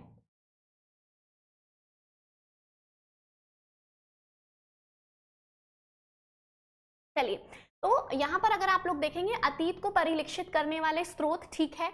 इतिहास लेखन के लिए कार्य कारण संबंध तथा कालानुक्रम आवश्यक है, ये गलत है स्टूडेंट्स, क्योंकि इतिहास लेखन में अनुक्रमिक काल के विचार को छोड़ा जा सकता है, ये ठीक है। ऐतिहासिक स्रोतों के स्थायी और अपरिवर्तनीय अर्थ नहीं होते, ये बात भी ठीक है। तो स्टूडेंट्स सीधे सीधे आप लोग देख पा रहे हैं कि 124th जो क्वेश्चन है उसका आंसर 2 हो जाना चाहिए, और यही जो है एनटीए के द्वारा भी दिया हुआ है। इसमें इस क्वेश्चन आईडी जो है 3767496891, इसका जो आंसर है वो सीधे सीधे 2 ही दिया हुआ है। आगे चलते हैं नेक्स्ट क्वेश्चन में, भारतीय राष्ट्रीय कांग्रेस से संबंधित निम्नलिखित कथनों पर विचार कीजिए। अब देखिए स्टूडेंट्स, वर्ष 1884 में एओ ह्यूम ने इंडियन नेशनल कांग्रेस की स्थापना की, गलत कथन, क्योंकि हम सब जानते हैं कि 1885 में स्थापना की थी। अब आप एक चीज समझिए स्टूडेंट्स कि जब हम एनटीए की आंसर की बात करते हैं तो उन्होंने ए बी डी और ई को आंसर माना है, जबकि यहाँ पर क्लियर कट लिखा है कि नीचे दिए गए विकल्पों में से सही उत्तर का चयन कीजिए। अब जब पहला ही कथन गलत है तो ए ऑप्शन तो एलिमिनेट हो जाना चाहिए, ए एलिमिनेट हो जाना चाहिए, तो फर्स्ट और फोर्थ ऑप्शन तो हमारे पहले ही कट जा रहे हैं। तो स्टूडेंट्स लेकिन एनटीए के द्वारा ये आंसर माना गया है, तो ये क्वेश्चन आप सीधे सीधे चैलेंज पे डाल सकते हैं, ठीक है। ये वाला जो क्वेश्चन है स्टूडेंट्स आप सीधे सीधे इसको चैलेंज पे डाल सकते हो। तो इसकी क्वेश्चन आईडी जो है वो आप नोट करके रख सकते हैं स्टूडेंट्स, और यहाँ पे आप चैलेंज इसको कर सकते हैं, ठीक है। चलिए आगे चलते हैं। तो ये गलत ही है तो उसको डिस्कस करने का सेंस नहीं है। अब देखिए स्टूडेंट्स, फिर से मैच द फॉलोइंग है हमारे पास, और फिर आप देखोगे तो कुछ कठिन से कीवर्ड्स दिए हैं, वेलालर, अरशर, वेशियार और वेलीर। अब देखिए वे वाले में तो हमें हर बार कंफ्यूजन होता ही था, लेकिन अगर आप लोगों ने इसमें से अरशर को पकड़ा होगा, अरशर जो है वो राजा है बी का 4, तो बी के 4 पे अगर हम आ रहे हैं स्टूडेंट्स तो लकीली हमारे पास 2 ऑप्शंस जो हैं वो एलिमिनेट हो जा रहे हैं। तो हमारे पास एक बच रहा है ऑप्शन 2 और एक बच रहा है ऑप्शन 4, ठीक है। तो यहाँ पर स्टूडेंट्स आंसर जो है वो हो जाएगा आपका ऑप्शन 2। तो यहाँ पर आप देखिए वेलालर जो है वो कृषक, अरशर तो हमने पहले ही याद रहता है हमको राजा, वेशियार की जब हम बात करते हैं व्यापारी, और वेलेर के जब हम बात करते हैं मुखिया। तो इस क्वेश्चन में आप देखेंगे A3, B4, C2 और D1, ठीक है। ये जो है ये आपका सीधे सीधे आंसर यहाँ पे बैठ रहा है। चलिए आगे चलते हैं नेक्स्ट क्वेश्चन पे। निम्नलिखित में से किस पुराण में कुल 460 वर्षों के कालक्रमिक अवधि के साथ 30 सातवाहन शासकों की सूची दी गई है। स्टूडेंट सातवाहन कई बार पढ़ाया था और मत्स्य पुराण इजी है, आप लोगों को सभी लोगों को बन गया होगा कि इसमें आंसर क्या जाएगा, इसमें आंसर जाएगा आप लोगों का सीधे सीधे मत्स्य पुराण। ठीक है, चलिए आगे चलते हैं। नीचे दिए गए विकल्पों में से गलत विकल्प का चयन करना है। ठीक है, रॉन्ग स्टेटमेंट आपको यहाँ पे फाइंड आउट करना है। देखिए, मिर्जा गालिब मिर्जा नामा, केशवदास रसिक प्रिया। अब देखो स्टूडेंट्स, रसिक प्रिया केशवदास के द्वारा लिखी गई है, ये बिल्कुल सही है, रसिक प्रिया केशवदास के द्वारा लिखी गई है। पातशाह नामा, तो हाँ इसमें और ऑथर का नाम आता है, लेकिन रेन तो किसका था, शाहजहां का ही था, तो कोई बड़ी बात इसमें नहीं है। गुलबदन बेगम हुमायूं बिल्कुल करेक्ट है। तो स्टूडेंट्स यहाँ पे थोड़ा सा अलग टाइप से मैच द फॉलोइंग दिया है, लेकिन अगर आप लोग देखोगे स्टूडेंट्स, मिर्जा गालिब, तो मिर्जा गालिब ने मिर्जा नामा नहीं लिखा भाई साहब, मिर्जा कामरान का नाम आता है। किसका नाम आता है, मिर्जा कामरान। तो मिर्जा नामा की जब भी बात होती है तो याद रखेंगे कि मिर्जा नामा जो था वो किसने लिखा था, तो यहाँ पर मिर्जा कामरान ने लिखा था, और ये आपका सीधे सीधे गलत है। और आपसे पूछा है गलत विकल्प, तो आंसर हमारा 1 जा रहा है और यही एनटीए के द्वारा दिया है, so this will be the answer. ठीक है, चलिए आगे चलते हैं नेक्स्ट क्वेश्चन में। निम्नलिखित में से कौन कलकत्ता विश्वविद्यालय के पहले 2 स्नातकों में से एक थे, फर्स्ट 2 ग्रेजुएट्स में से एक थे? कादम्बनी गांगुली, सुरेंद्रनाथ बैनर्जी, देवेंद्रनाथ टैगोर और बंकिम चंद्र चैटर्जी। आंसर हो जाएगा स्टूडेंट, सीधा सीधा फैक्चुअल क्वेश्चन है ये, आंसर हो जाएगा आपका बंकिम चंद्र चैटर्जी। ठीक है, आगे चलते हैं नेक्स्ट क्वेश्चन पे। नेक्स्ट क्वेश्चन पे बात करते हैं। नीचे दी गई सूची से 2 सही युग्म आपको निकालने हैं। ठीक है, 5 आपको दिए हैं और 2 सही युग्म निकालने हैं। अब देखो स्टूडेंट्स, राठौड़ जोधपुर ये तो सही है, सिसोदिया उदयपुर ठीक है, कर्राना तुर्क जौनपुर से इनका कोई लेना देना नहीं था, मलिक काफूर का अवध से दूर दूर तक कोई लेना देना नहीं था स्टूडेंट्स। गुजरात अभियान अगर आपको याद हो मलिक काफूर में, करनी माता मंदिर जयपुर में बिल्कुल नहीं है, ये बीकानेर के देशनोक में पड़ता है। तो स्टूडेंट सीधी सीधी बात है, 2 सही युग्म निकालने हैं, तो ए और बी हमारा ऑटोमेटिकली सही निकल कर आ रहा है। तो इस हिसाब से आंसर हो जाएगा आपका केवल ए और बी, 3 ऑप्शन, और यही एनटीए के द्वारा सही दिया हुआ है। ठीक है, आगे चलते हैं नेक्स्ट क्वेश्चन में स्टूडेंट्स। नेक्स्ट क्वेश्चन है क्वेश्चन नंबर 131 कि कौन सी इमारत जहांगीर से संबंधित नहीं है। अब थोड़े से इजी क्वेश्चंस आना शुरू हुए हैं। कौन सी इमारत जहांगीर से संबंधित नहीं है? काला बुर्ज जहांगीर से संबंधित है, लाहौर में कला बुर्ज या काला बुर्ज इसने ही बनवाया था। एतमातुद्दौला का मकबरा बहुत फेमस, कितनी ही बार हमने इवन जो लास्ट टाइम मैराथन्स लिए थे उसमें भी बार बार एतमातुद्दौला का मकबरा बहुत डिटेल में पढ़ाया था, जहांगीर के टाइम से ही संबंधित है। निशात बाग पढ़ाया हुआ है प्रॉपर, जहांगीर के टाइम से ही संबंधित है।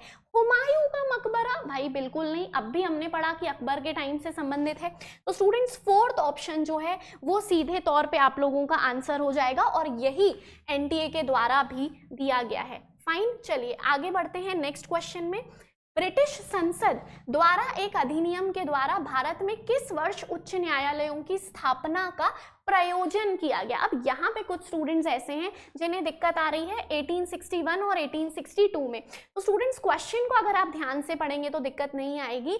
यहाँ पे लिखा है कि ब्रिटिश संसद द्वारा एक अधिनियम के द्वारा भारत में किस वर्ष उच्च न्यायालय यानी हाई कोर्ट्स की स्थापना का प्रयोजन किया गया। यहाँ पे ये नहीं कह रहे हैं कि प्रॉपर एग्जिस्टेंस में आ गया, यहाँ पे कह रहे हैं प्रयोजन किया गया।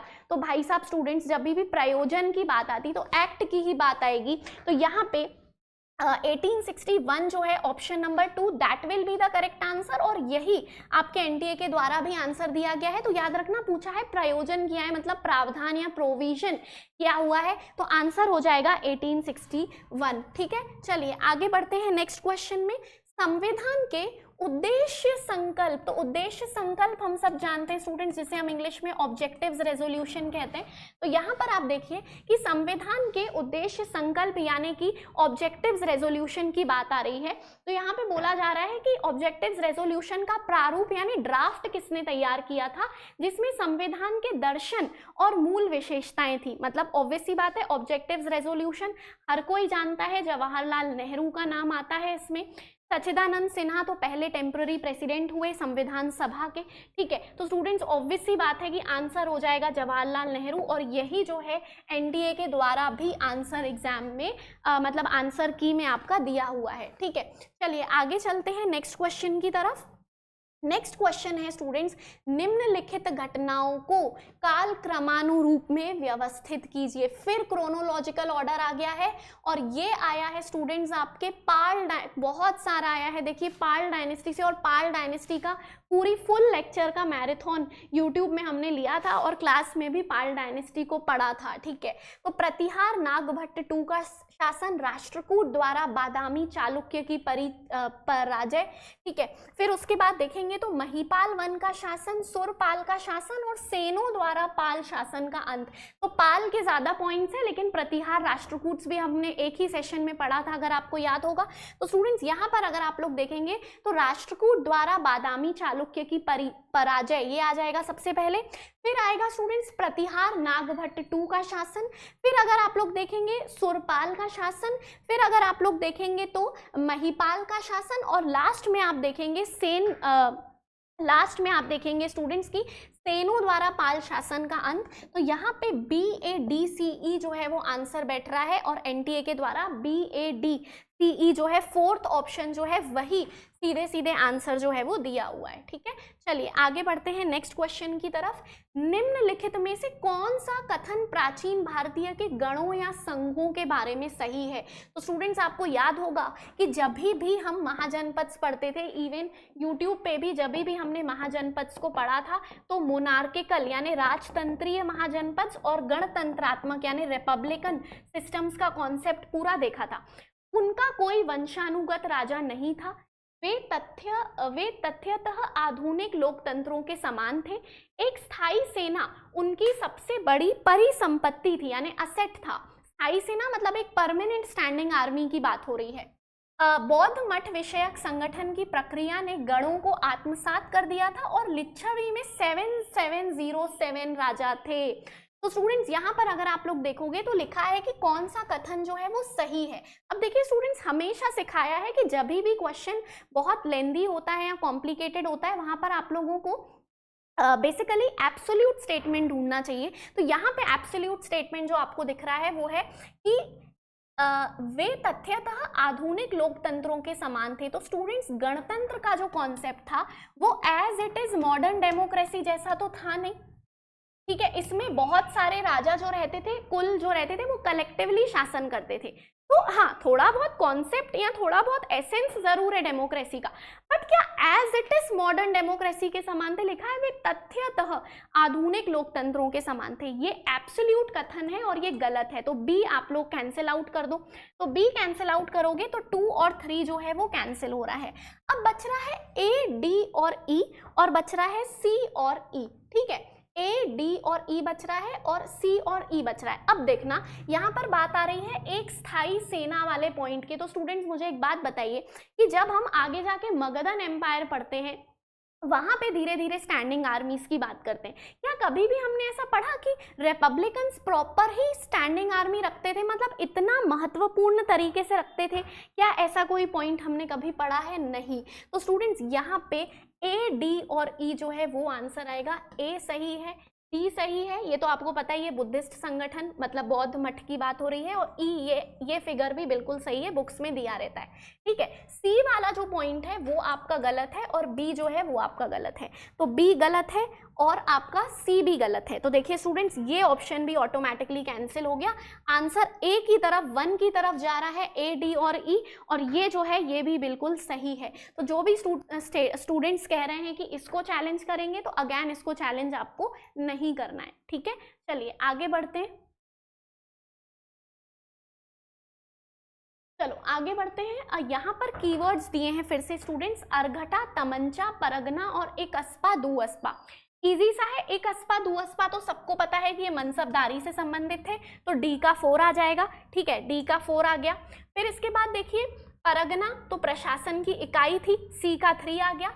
अर्घटा और तमंचा, अब मान लिया कि आपने इसमें तमंचा नहीं सुना, पर अर्घटा तो सबको पता रहता है, सिंचाई, तो ए का हो जाएगा 2। तो ए का अगर 2 है तो ऑटोमेटिकली यहाँ पे ऑप्शन 2 जो है वो आपका आंसर आ जाएगा। A2B1C3 और A2B1C3 और D4 ये हो जाएगा आप लोगों का आंसर। कौन से क्वेश्चन का स्टूडेंट्स? इधर पे 136 क्वेश्चन आंसर हो जाएगा 2, और यही जो है वो एनटीए के द्वारा भी स्टेटमेंट्स में गिवन है। ठीक है, तो ए का 2 अर्घटा सिंचाई तमंचा जो है वो युद्धाभ्यास से संबंधित हो जाएगा। तो बी का 1 परगना आपको पता है एडमिनिस्ट्रेटिव की इकाई होती थी, और एक अस्पा दू अस्पा सीधा सीधा मनसबदारी से संबंधित था। तो इजी क्वेश्चन है, ये भी कुछ बहुत ज्यादा कठिन क्वेश्चन नहीं है। इंडियन ऑफिशियल सीक्रेट्स एक्ट कब पारित किया गया था जिसके द्वारा प्रेस की स्वतंत्रता को सीमित किया था? स्टूडेंट्स, प्रेस वाला जो टॉपिक था, जितने भी एक्ट थे सारे डिटेल में क्लास में पढ़ाए थे अगर आपको याद हो। और आपको याद होगा इंडियन ऑफिशियल सीक्रेट्स एक्ट हमने पढ़ा है 1904 का, और यही एनटीए ने भी आंसर दिया है। तो ये जो क्वेश्चन आपको दिख रहा है सीधा सीधा आंसर हो जाएगा 1904, तो इसमें कोई दिक्कत नहीं आनी चाहिए। चलिए आगे बढ़ते हैं। फिर से मैच द फॉलोइंग है, और मैच द फॉलोइंग अब यहाँ पर कुछ बुक्स आप लोगों को गिवन है स्टूडेंट्स। तो बुक्स अगर आप लोग देखेंगे तो पर्सी ब्राउन, इरफान हबीब, केसी लियोनार्ड और KR कानूनगो। अब देखिए स्टूडेंट, सीधी सी बात है, इतनी किताबें कोई लर्न नहीं करके जाता, लेकिन कुछ कुछ फेमस किताबें हमें कई बार MCQs की प्रैक्टिस में मिलती है। और हमने हमेशा जब भी मुगल आर्किटेक्चर पढ़ा है, इवन जब मैंने मैराथन भी लिया था तो मैंने बार बार पर्सी ब्राउन की बात की थी। तो स्टूडेंट्स यहाँ से आपको तुक्का मारना था कि पर्सी ब्राउन जो है हो सकता है कि उन्होंने ये बुक लिखी हो इंडियन आर्किटेक्चर इस्लामिक पीरियड। तो ए को अगर आप मैच करोगे 3 से, ठीक है, ए को अगर आप मैच करोगे 3 से, तो आपके 2 ऑप्शंस जो हैं वो ऑलरेडी एलिमिनेट हो जा रहे हैं। ठीक है, तो ए का 3 है स्टूडेंट्स, ये कंफर्म है, पर्सी ब्राउन ने इंडियन आर्किटेक्चर इस्लामिक पीरियड लिखी है। अब Agrarian System of Mughal India, ये बुक प्रॉपरली मैंने आपको MCQs में प्रैक्टिस कराई है यूट्यूब पे भी। तो स्टूडेंट्स यहाँ पर सीधी सीधी बात है कि इरफान हबीब आ जाएंगे, तो आंसर हो जाएगा, देखो अब निकल करके आ रहा है आंसर हमारा इस क्वेश्चन का A3, B1, C2 और D4। ठीक है, तो 2 जो है वो सीधा सीधा हमारा आंसर निकल के आ रहा है, और यही जो है एनटीए के द्वारा भी दिया गया है। ठीक है, चलिए तो आगे बढ़ते हैं स्टूडेंट्स। बस कुछ लास्ट के ही रिमेनिंग क्वेश्चंस जो हैं वो हमारे पास रह गए हैं। 139 क्वेश्चन आप लोग यहाँ पर देखिए कि गैर राजतंत्रीय से नव राजतंत्रीय समूह में तनकानिका के संक्रमण परिवर्तन की प्रक्रिया का आरंभ किसके दौरान हुआ था? ये हुआ था चंद्रगुप्त सेकंड के दौरान। तो स्टूडेंट्स यहाँ पे एनटीए के द्वारा चंद्रगुप्त सेकंड जो है वो प्रॉपर आंसर दिया है। आगे देखिए, निम्नलिखित में से कौन सा शब्द व्यवस्था मुगलों की मनसबदारी व्यवस्था से संबंधित नहीं है? मुगलों की मनसबदारी व्यवस्था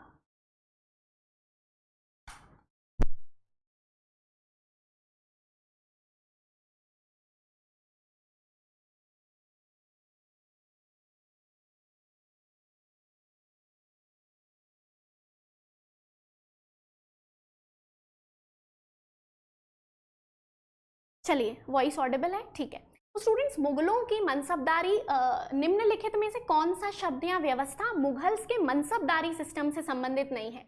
तो मनसबदारी सिस्टम से संबंधित नहीं है जब्त, एक अस्पा, दो अस्पा, संख्यात्मक पदवी और खुद कास्ट। अब देखिए यहाँ पर बहुत सारे स्टूडेंट्स को डाउट है और कई स्टूडेंट्स का कहना है कि हम आपत्ति लगाएं। अब आप इस चीज को समझिए कि एक अस्पा, दो अस्पा तो सीधे सीधे मनसबदारी से संबंधित है। संख्यात्मक पद्धति बिल्कुल स्टूडेंट्स डेसिमल सिस्टम पर ये डिपेंडेंट था। हम कई बार इस फैक्ट को पढ़ चुके हैं, मैराथन्स में भी ये फैक्ट हमने पढ़ा है। ये दोनों में कोई डाउट नहीं है। डाउट आता है जब्त में और खुद कास्ट में। अब कई स्टूडेंट्स का कहना है कि मैम जब्त जो है वो तो एक जब्ती प्रणाली होती थी, ठीक है, तो उसका डायरेक्टली संबंध नहीं है। लेकिन स्टूडेंट्स अगर आप इन दोनों को कंपेयर करोगे तो खुद कास्ट तो बिल्कुल ही डिफरेंट है। एटलीस्ट जब्त तो ऐसा है कि एडमिनिस्ट्रेशन से संबंधित है, लेकिन खुद कास्ट तो आपको पता है कि किसानों की कैटेगरीज होती है, खुद कास्ट और पही कास्ट। तो यहाँ पे अगर एनटीए ने आंसर खुद कास्ट दिया है तो बिल्कुल गलत नहीं दिया है, सही है आंसर स्टूडेंट्स, खुद कास्ट ही आंसर हम इसे मान सकते हैं, ठीक है। तो अगर आपके पास बहुत ही ज्यादा सॉलिड एविडेंस, अगर आपको ऐसा लग रहा है कि हम जुटा लेंगे कि जब्त जो है वो बिल्कुल भी कोई संबंध नहीं था दूर दूर तक मनसबदारी व्यवस्था से, जो कि पॉसिबल नहीं है, स्टिल अगर आप लोग ढूंढ पाते हैं तो आप लोग चैलेंज कर सकते हैं, अदरवाइज आप इसको चैलेंज नहीं कर सकते। अवेलेबल ऑप्शंस के अकॉर्डिंग खुद कास्ट जो है वो सही ऑप्शन बैठ रहा है, ठीक है। चलिए आगे चलते हैं। नेक्स्ट क्वेश्चन पे स्टूडेंट्स, अब देखिए कॉम्प्रीहेंशन वाले क्वेश्चंस आ गए हैं। कॉम्प्रीहेंशन वाले क्वेश्चंस में एक बार कॉम्प्रीहेंशन पढ़ते हैं और फिर लाइन बाय लाइन क्वेश्चन को सॉल्व करते हैं। हड़प्पा की संगठित छावनी सुमेर के पुरोहितों द्वारा नियंत्रित उद्योगों का संकेत देती थी।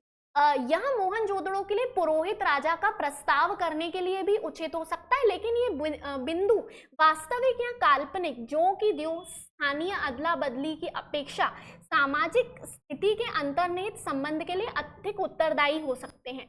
वे आम सामान्यकरण है जो कि सामान्य ऐतिहासिक और भूगोलीय वातावरण में निषेचित आकस्मिक बीजों के उत्पाद है। दूसरी ओर ये विशेषताएं अत्यधिक प्रचुर और महत्वपूर्ण स्थानीय परिवर्तन को दर्शाती हैं। ऐसी मूर्तिकला जैसी सिंधु सभ्यता ने प्रस्तुत की है उसका सुमेर की मूर्तिकला के साथ वास्तव में घनिष्ठ संबंध नहीं है। ध्यान देंगे इस लाइन पे, कोई भी मोहनजोदड़ो की पत्थर की नक्काशी को तेल अस्मार या मारी की मूर्ति समझने की गलती नहीं करेगा। सिंधु सभ्यता के पक्की मिट्टी के बर्तन मेसोपोटामिया की मिट्टी के बर्तनों से बिल्कुल अलग है। हड़प्पा की मोहरों की संपूर्ण उत्कीर्णन की कला का इतिहास में कोई प्रतिरूप नहीं है। बहुत प्यारा यहाँ पे स्टूडेंट्स पैराग्राफ दिया है, बहुत ही शानदार लेवल का पैराग्राफ है। कुछ क्वेश्चंस जो कठिन है वो पैराग्राफ से लॉजिक लगा के सॉल्व किए जाते हैं और कुछ जो क्वेश्चंस है उनका पैराग्राफ से लेना देना नहीं रहता। चलिए देखते हैं कैसे। तो पहली चीज लिखी है कि हाल ही में की गई खोजों के आलोक में हड़प्पा सभ्यता में मेसोपोटामिया के संदर्भ में क्या अनुमान लगाया जा सकता है। लिपि कीलाकार लिपि के समान है, मोहरें और उनके प्रतीक चिन्ह सुमेरियाई हैं। गुजरात और राजस्थान के छोटे स्थल मेसोपोटामियाई विशेषताएं दर्शाते हैं। हड़प्पा सभ्यता को पूर्णतया मेसोपोटामिया दृष्टि से नहीं देखा जा सकता। देखो स्टूडेंट्स, लिपि यानी क्यूनिफॉर्म लिपि के बराबर तो नहीं है। अब भी हमने ऊपर यहाँ पे एक कथन पढ़ा कि बेसिकली बहुत सारी चीजों में सिंधु घाटी की विशेषताओं का कोई प्रतिरूप नहीं है और हम ये सब जानते हैं कि सिंधु घाटी सभ्यता को तो वैसे भी अभी रीड नहीं कर पाए हैं हम, डिसाइफर करने में हमें सफलता नहीं मिली, इस पे अभी भी रिसर्च चल रही है, तो उसका यूनिफॉर्म लिपि से डायरेक्टली लेना देना नहीं है। अब यहाँ पर अगर आप लोग देखेंगे स्टूडेंट्स तो मोहरें सुमेरियाई नहीं है, ऑब्वियस सी बात है, हमारी मोहरें अलग थी। गुजरात और राजस्थान के छोटे स्थल मेसोपोटामियाई विशेषताएं दर्शाते हैं। एक ये पॉइंट और एक ये पॉइंट में कंफ्यूजन हो सकता है। अब फिर वही ट्रिक कि एब्सोल्यूट कथन निकालो। तो स्टूडेंट्स, हड़प्पा सभ्यता को पूर्णतया मेसोपोटामियाई दृष्टि से नहीं देखा जा सकता, ये बिल्कुल सही बात है। तो आंसर हो जाएगा स्टूडेंट्स यहाँ पे फोर्थ ही हो जाएगा सीधे सीधे, हड़प्पा सभ्यता को पूर्णतया मेसोपोटामिया दृष्टिकोण से नहीं देखा जा सकता है। आगे चलते हैं, फिर से वही स्टेटमेंट जो है जो पैराग्राफ है वो दिया हुआ है और यहाँ पर किस विद्वान ने सबसे पहले यह सुझाव दिया कि हड़प्पा सभ्यता में निरंकुश पुरोहित राजा शासन करते थे। कई बार पढ़ाया हुआ है स्टूडेंट्स, कई बार यहाँ पे मैं पढ़ा चुकी हूँ स्टुअर्ट पिगट का नाम, कई बार पढ़ाया है स्टुअर्ट पिगट का नाम कि उन्होंने प्रीस्ट किंग वाली बात कही कि ऑटोक्रेटिक प्रीस्ट किंग हुआ करता था। स्टुअर्ट पिगट का नाम यहाँ पे आंसर आ जाएगा। तो देखिए इसका पैराग्राफ से आपको कोई हिंट नहीं मिल रही है।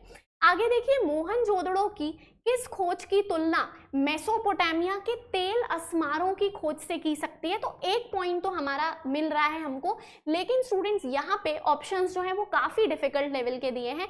खोखली चिड़िया के रूप में सीटियां, पर्णाकार छुरियां, फिर इसके बाद बर्तनों की घुंडियों के चारों तरफ अलंकरण वाले बर्तन और जैस्पर और गोमेद के अनगढ़ माइक्रोलिथ। तो यहाँ पे आंसर एनटीए के द्वारा बर्तनों की घुंडियां वाला दिया है और ये ऑप्शन बिल्कुल सही है। ठीक है, तो ये थोड़ा सा डिफिकल्ट क्वेश्चन है, इसमें सीधा सीधा आपको ये थोड़ा सा क्वेश्चन जो है वो डिफिकल्ट लेवल का है। आगे देखिए, किस इतिहासकार ने तर्क दिया कि मेसोपोटामिया के साथ लाजवर मणि के व्यापार में गिरावट हड़प्पा सभ्यता के पतन का कारण था। स्टूडेंट्स, ये पॉइंट तो सीधे सीधे हमारी पेड क्लासेस में नोट्स में लिखवाया था, प्रॉपर किसका नाम लिखवाया था, शिरीन रत्नागर का। ठीक है, तो बहुत सारी चीजें क्लियर कट हमने पढ़ी हुई हैं, ऐसी आई हैं। तो शिरीन रत्नागर जो है वो सीधा सीधा आंसर है और यही एनटीए की आंसर की में दिया हुआ है। आगे देखिए स्टूडेंट्स, निम्नलिखित हड़प्पा स्थलों में से किस स्थल में टेराकोटा मॉडल का हल दिया है? तो सीधा सीधा फैक्ट है, हम सब जानते हैं, बनावली। सीधा सीधा बेसिक फैक्ट है, ये कोई कठिन क्वेश्चन की श्रेणी में नहीं आएगा स्टूडेंट्स। बनावली जो है option 3 that will be the correct answer. आगे देखिए, अब यहाँ पर एक और पैराग्राफ दिया है स्टूडेंट्स, कुछ लास्ट के क्वेश्चंस हैं बस। फाहियान के विवरण वृत्तांत में वैश्य परिवार के मुखियाओं प्रमुखों द्वारा स्थापत्य दायित्व अस्पतालों में विभिन्न वर्ग के उन गरीब और अशक्त व्यक्ति समूहों की सूची मिलती है जिनका इन अस्पतालों में इलाज के लिए परीक्षण किया गया। ठीक है, इस विवरण में आयुर्वेदिक अस्पतालों के भौतिक अस्तित्व की पुष्टि हो जाती है। ठीक है, जिसका आदर्श स्वरूप का विवरण चरक ने अपने ग्रंथ में किया था। सम्राट अशोक के राजादेश में उन औषधीय जड़ी बूटियों के रोपण के बारे में सूचनाएं मिलती है। ठीक है स्टूडेंट्स, और संस्कृत और पाली साहित्य में अनेक अनुच्छाद गद्यांश मिलते हैं कि आरोग्यशाला की स्थापना की गई थी। इस संदर्भ में अस्पताल में चरक का विवरण ऐतिहासिक रूप से अतर्क संगत नहीं जान पड़ता है। ठीक है, बेसिक सा एक इंफॉर्मेशन आपको दी हुई है। सम्राट अशोक के किस शिलालेख में चिकित्सीय उपचार लाभकारी और औषधीय जड़ी बूटियां और फलों के रोपण का राजा द्वारा प्रदत्त कराने का संदर्भ मिलता है? स्टूडेंट्स, अशोक के मेजर रॉक एडिक्ट्स पूरे ट्रिक के साथ लर्न कराए थे। पहले में क्या दिया है, दूसरे में क्या दिया है। ठीक है, तो सीधी सी बात है, यहाँ पे आंसर आ जाएगा। नोट्स में भी हमने पढ़ा था प्रमुख शिलालेख नंबर 2। ठीक है, प्रमुख शिलालेख नंबर 2 ए जो है वही एनटीए के द्वारा भी दिया हुआ है। आगे बढ़ते हैं नेक्स्ट क्वेश्चन में कि यहाँ पे नेक्स्ट क्वेश्चन दिया है, पैराग्राफ वही रिपीटेड है स्टूडेंट्स की चरक और सुश्रुत के साथ आयुर्वेद के वृहत्त्रयी में किसको माना गया है? तो स्टूडेंट्स, वृहत्त्रयी कई बार मैं आपको लिखवा भी चुकी हूँ, ब्रह्मगुप्त, धन्वंतरी, वाग्भट्ट और भास्कर। तो यहाँ पे आंसर हो जाएगा स्टूडेंट्स वाग्भट्ट। तो जब आयुर्वेद के वृहत्त्रयी मतलब द ग्रेट 3 या द बिग 3 की बात होती है तो नाम आता है चरक का, नाम आता है सुश्रुत का और फिर नाम आता है वाग्भट्ट का। वाग्भट्ट वही है स्टूडेंट्स जिन्होंने अष्टांग हृदय पुस्तक लिखी है। ठीक है, आगे चलते हैं नेक्स्ट क्वेश्चन में। नेक्स्ट क्वेश्चन में फिर से देखिए स्टूडेंट्स, फिर से वही पैराग्राफ लिखा हुआ है और नेक्स्ट क्वेश्चन जो है वो आप लोगों के सामने है कि भारतीय इतिहास में सिविल अस्पताल के आदर्श स्वरूप का प्राचीनतम संदर्भ कहाँ मिलता है? तो ऑब्वियस सी बात है, आंसर हो जाएगा स्टूडेंट्स आप लोगों का चरक संहिता। ठीक है, चरक का नाम दिया भी है तो सीधे सीधे आंसर जो है वो चरक संहिता ही है, यही सीधे सीधे आंसर आप लोगों का दिया हुआ है। नेक्स्ट क्वेश्चन में आगे बढ़ते हैं। सेम पैराग्राफ जो है वो लिखा हुआ है स्टूडेंट्स और अब यहाँ पे हमें क्वेश्चन में आना है कि निम्नलिखित में से कौन सा आयुष मंत्रालय में समाहित नहीं है?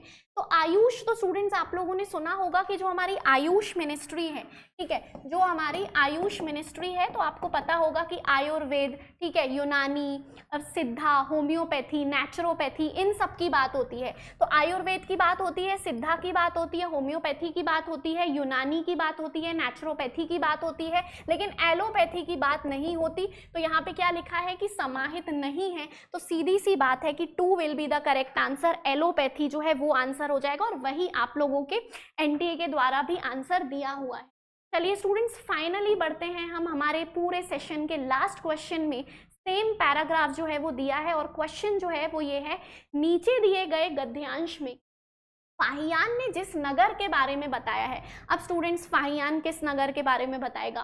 पैठान, पाटलिपुत्र, वैशाली की काशी। तो ऑब्वियस सी बात है पाटलिपुत्र, तो easy question students, Pataliputra option 2 is the correct answer और यही जो है आपके एनटीए के द्वारा गिवन है। तो स्टूडेंट्स, यहाँ पे पूरे के पूरे क्वेश्चंस का जो डिस्कशन है हमने 51 से लेकर के अपनी कहानी शुरू की और 150 पे आकर के रोका है स्टूडेंट्स। तो सीधी सी बात है कि 100 क्वेश्चंस टोटल हम डिस्कस कर चुके हैं और जहाँ जहाँ पर लॉजिकल है चैलेंज करना वो सब क्वेश्चंस मैंने डिस्कस किए हैं। तो आई होप आप लोगों को सेशन अच्छा लगा हो। प्लीज़ स्टूडेंट्स, सेशन ज़्यादा से ज़्यादा शेयर करिए सो दैट सारे स्टूडेंट्स इसका लाभ उठा सके और किसी भी प्रकार का डाउट है आप कमेंट्स में हमें बता सकते हैं, we will help you out. Thank you so much students. इसी तरीके की जानकारी के लिए जुड़े रहिए हमारे चैनल के साथ और हम एक कट ऑफ वीडियो के साथ भी आ रहे हैं। सो लगातार आपको हमारे चैनल के साथ जुड़े रहना है और किसी भी प्रकार की परेशानी आती है तो आप कमेंट्स में लिख सकते हैं। साथ ही साथ स्टूडेंट्स, अगर आप हिस्ट्री की पूरी 10 की 10 यूनिट मेरे साथ प्रिपेयर करना चाहते हैं तो सारी डिटेल्स डिस्क्रिप्शन में गिवन है और आप हेल्पलाइन नंबर्स पे भी कॉन्टैक्ट कर सकते हैं और कोर्स परचेज कर सकते हैं। Thank you so much, have a good day, keep learning, all the best.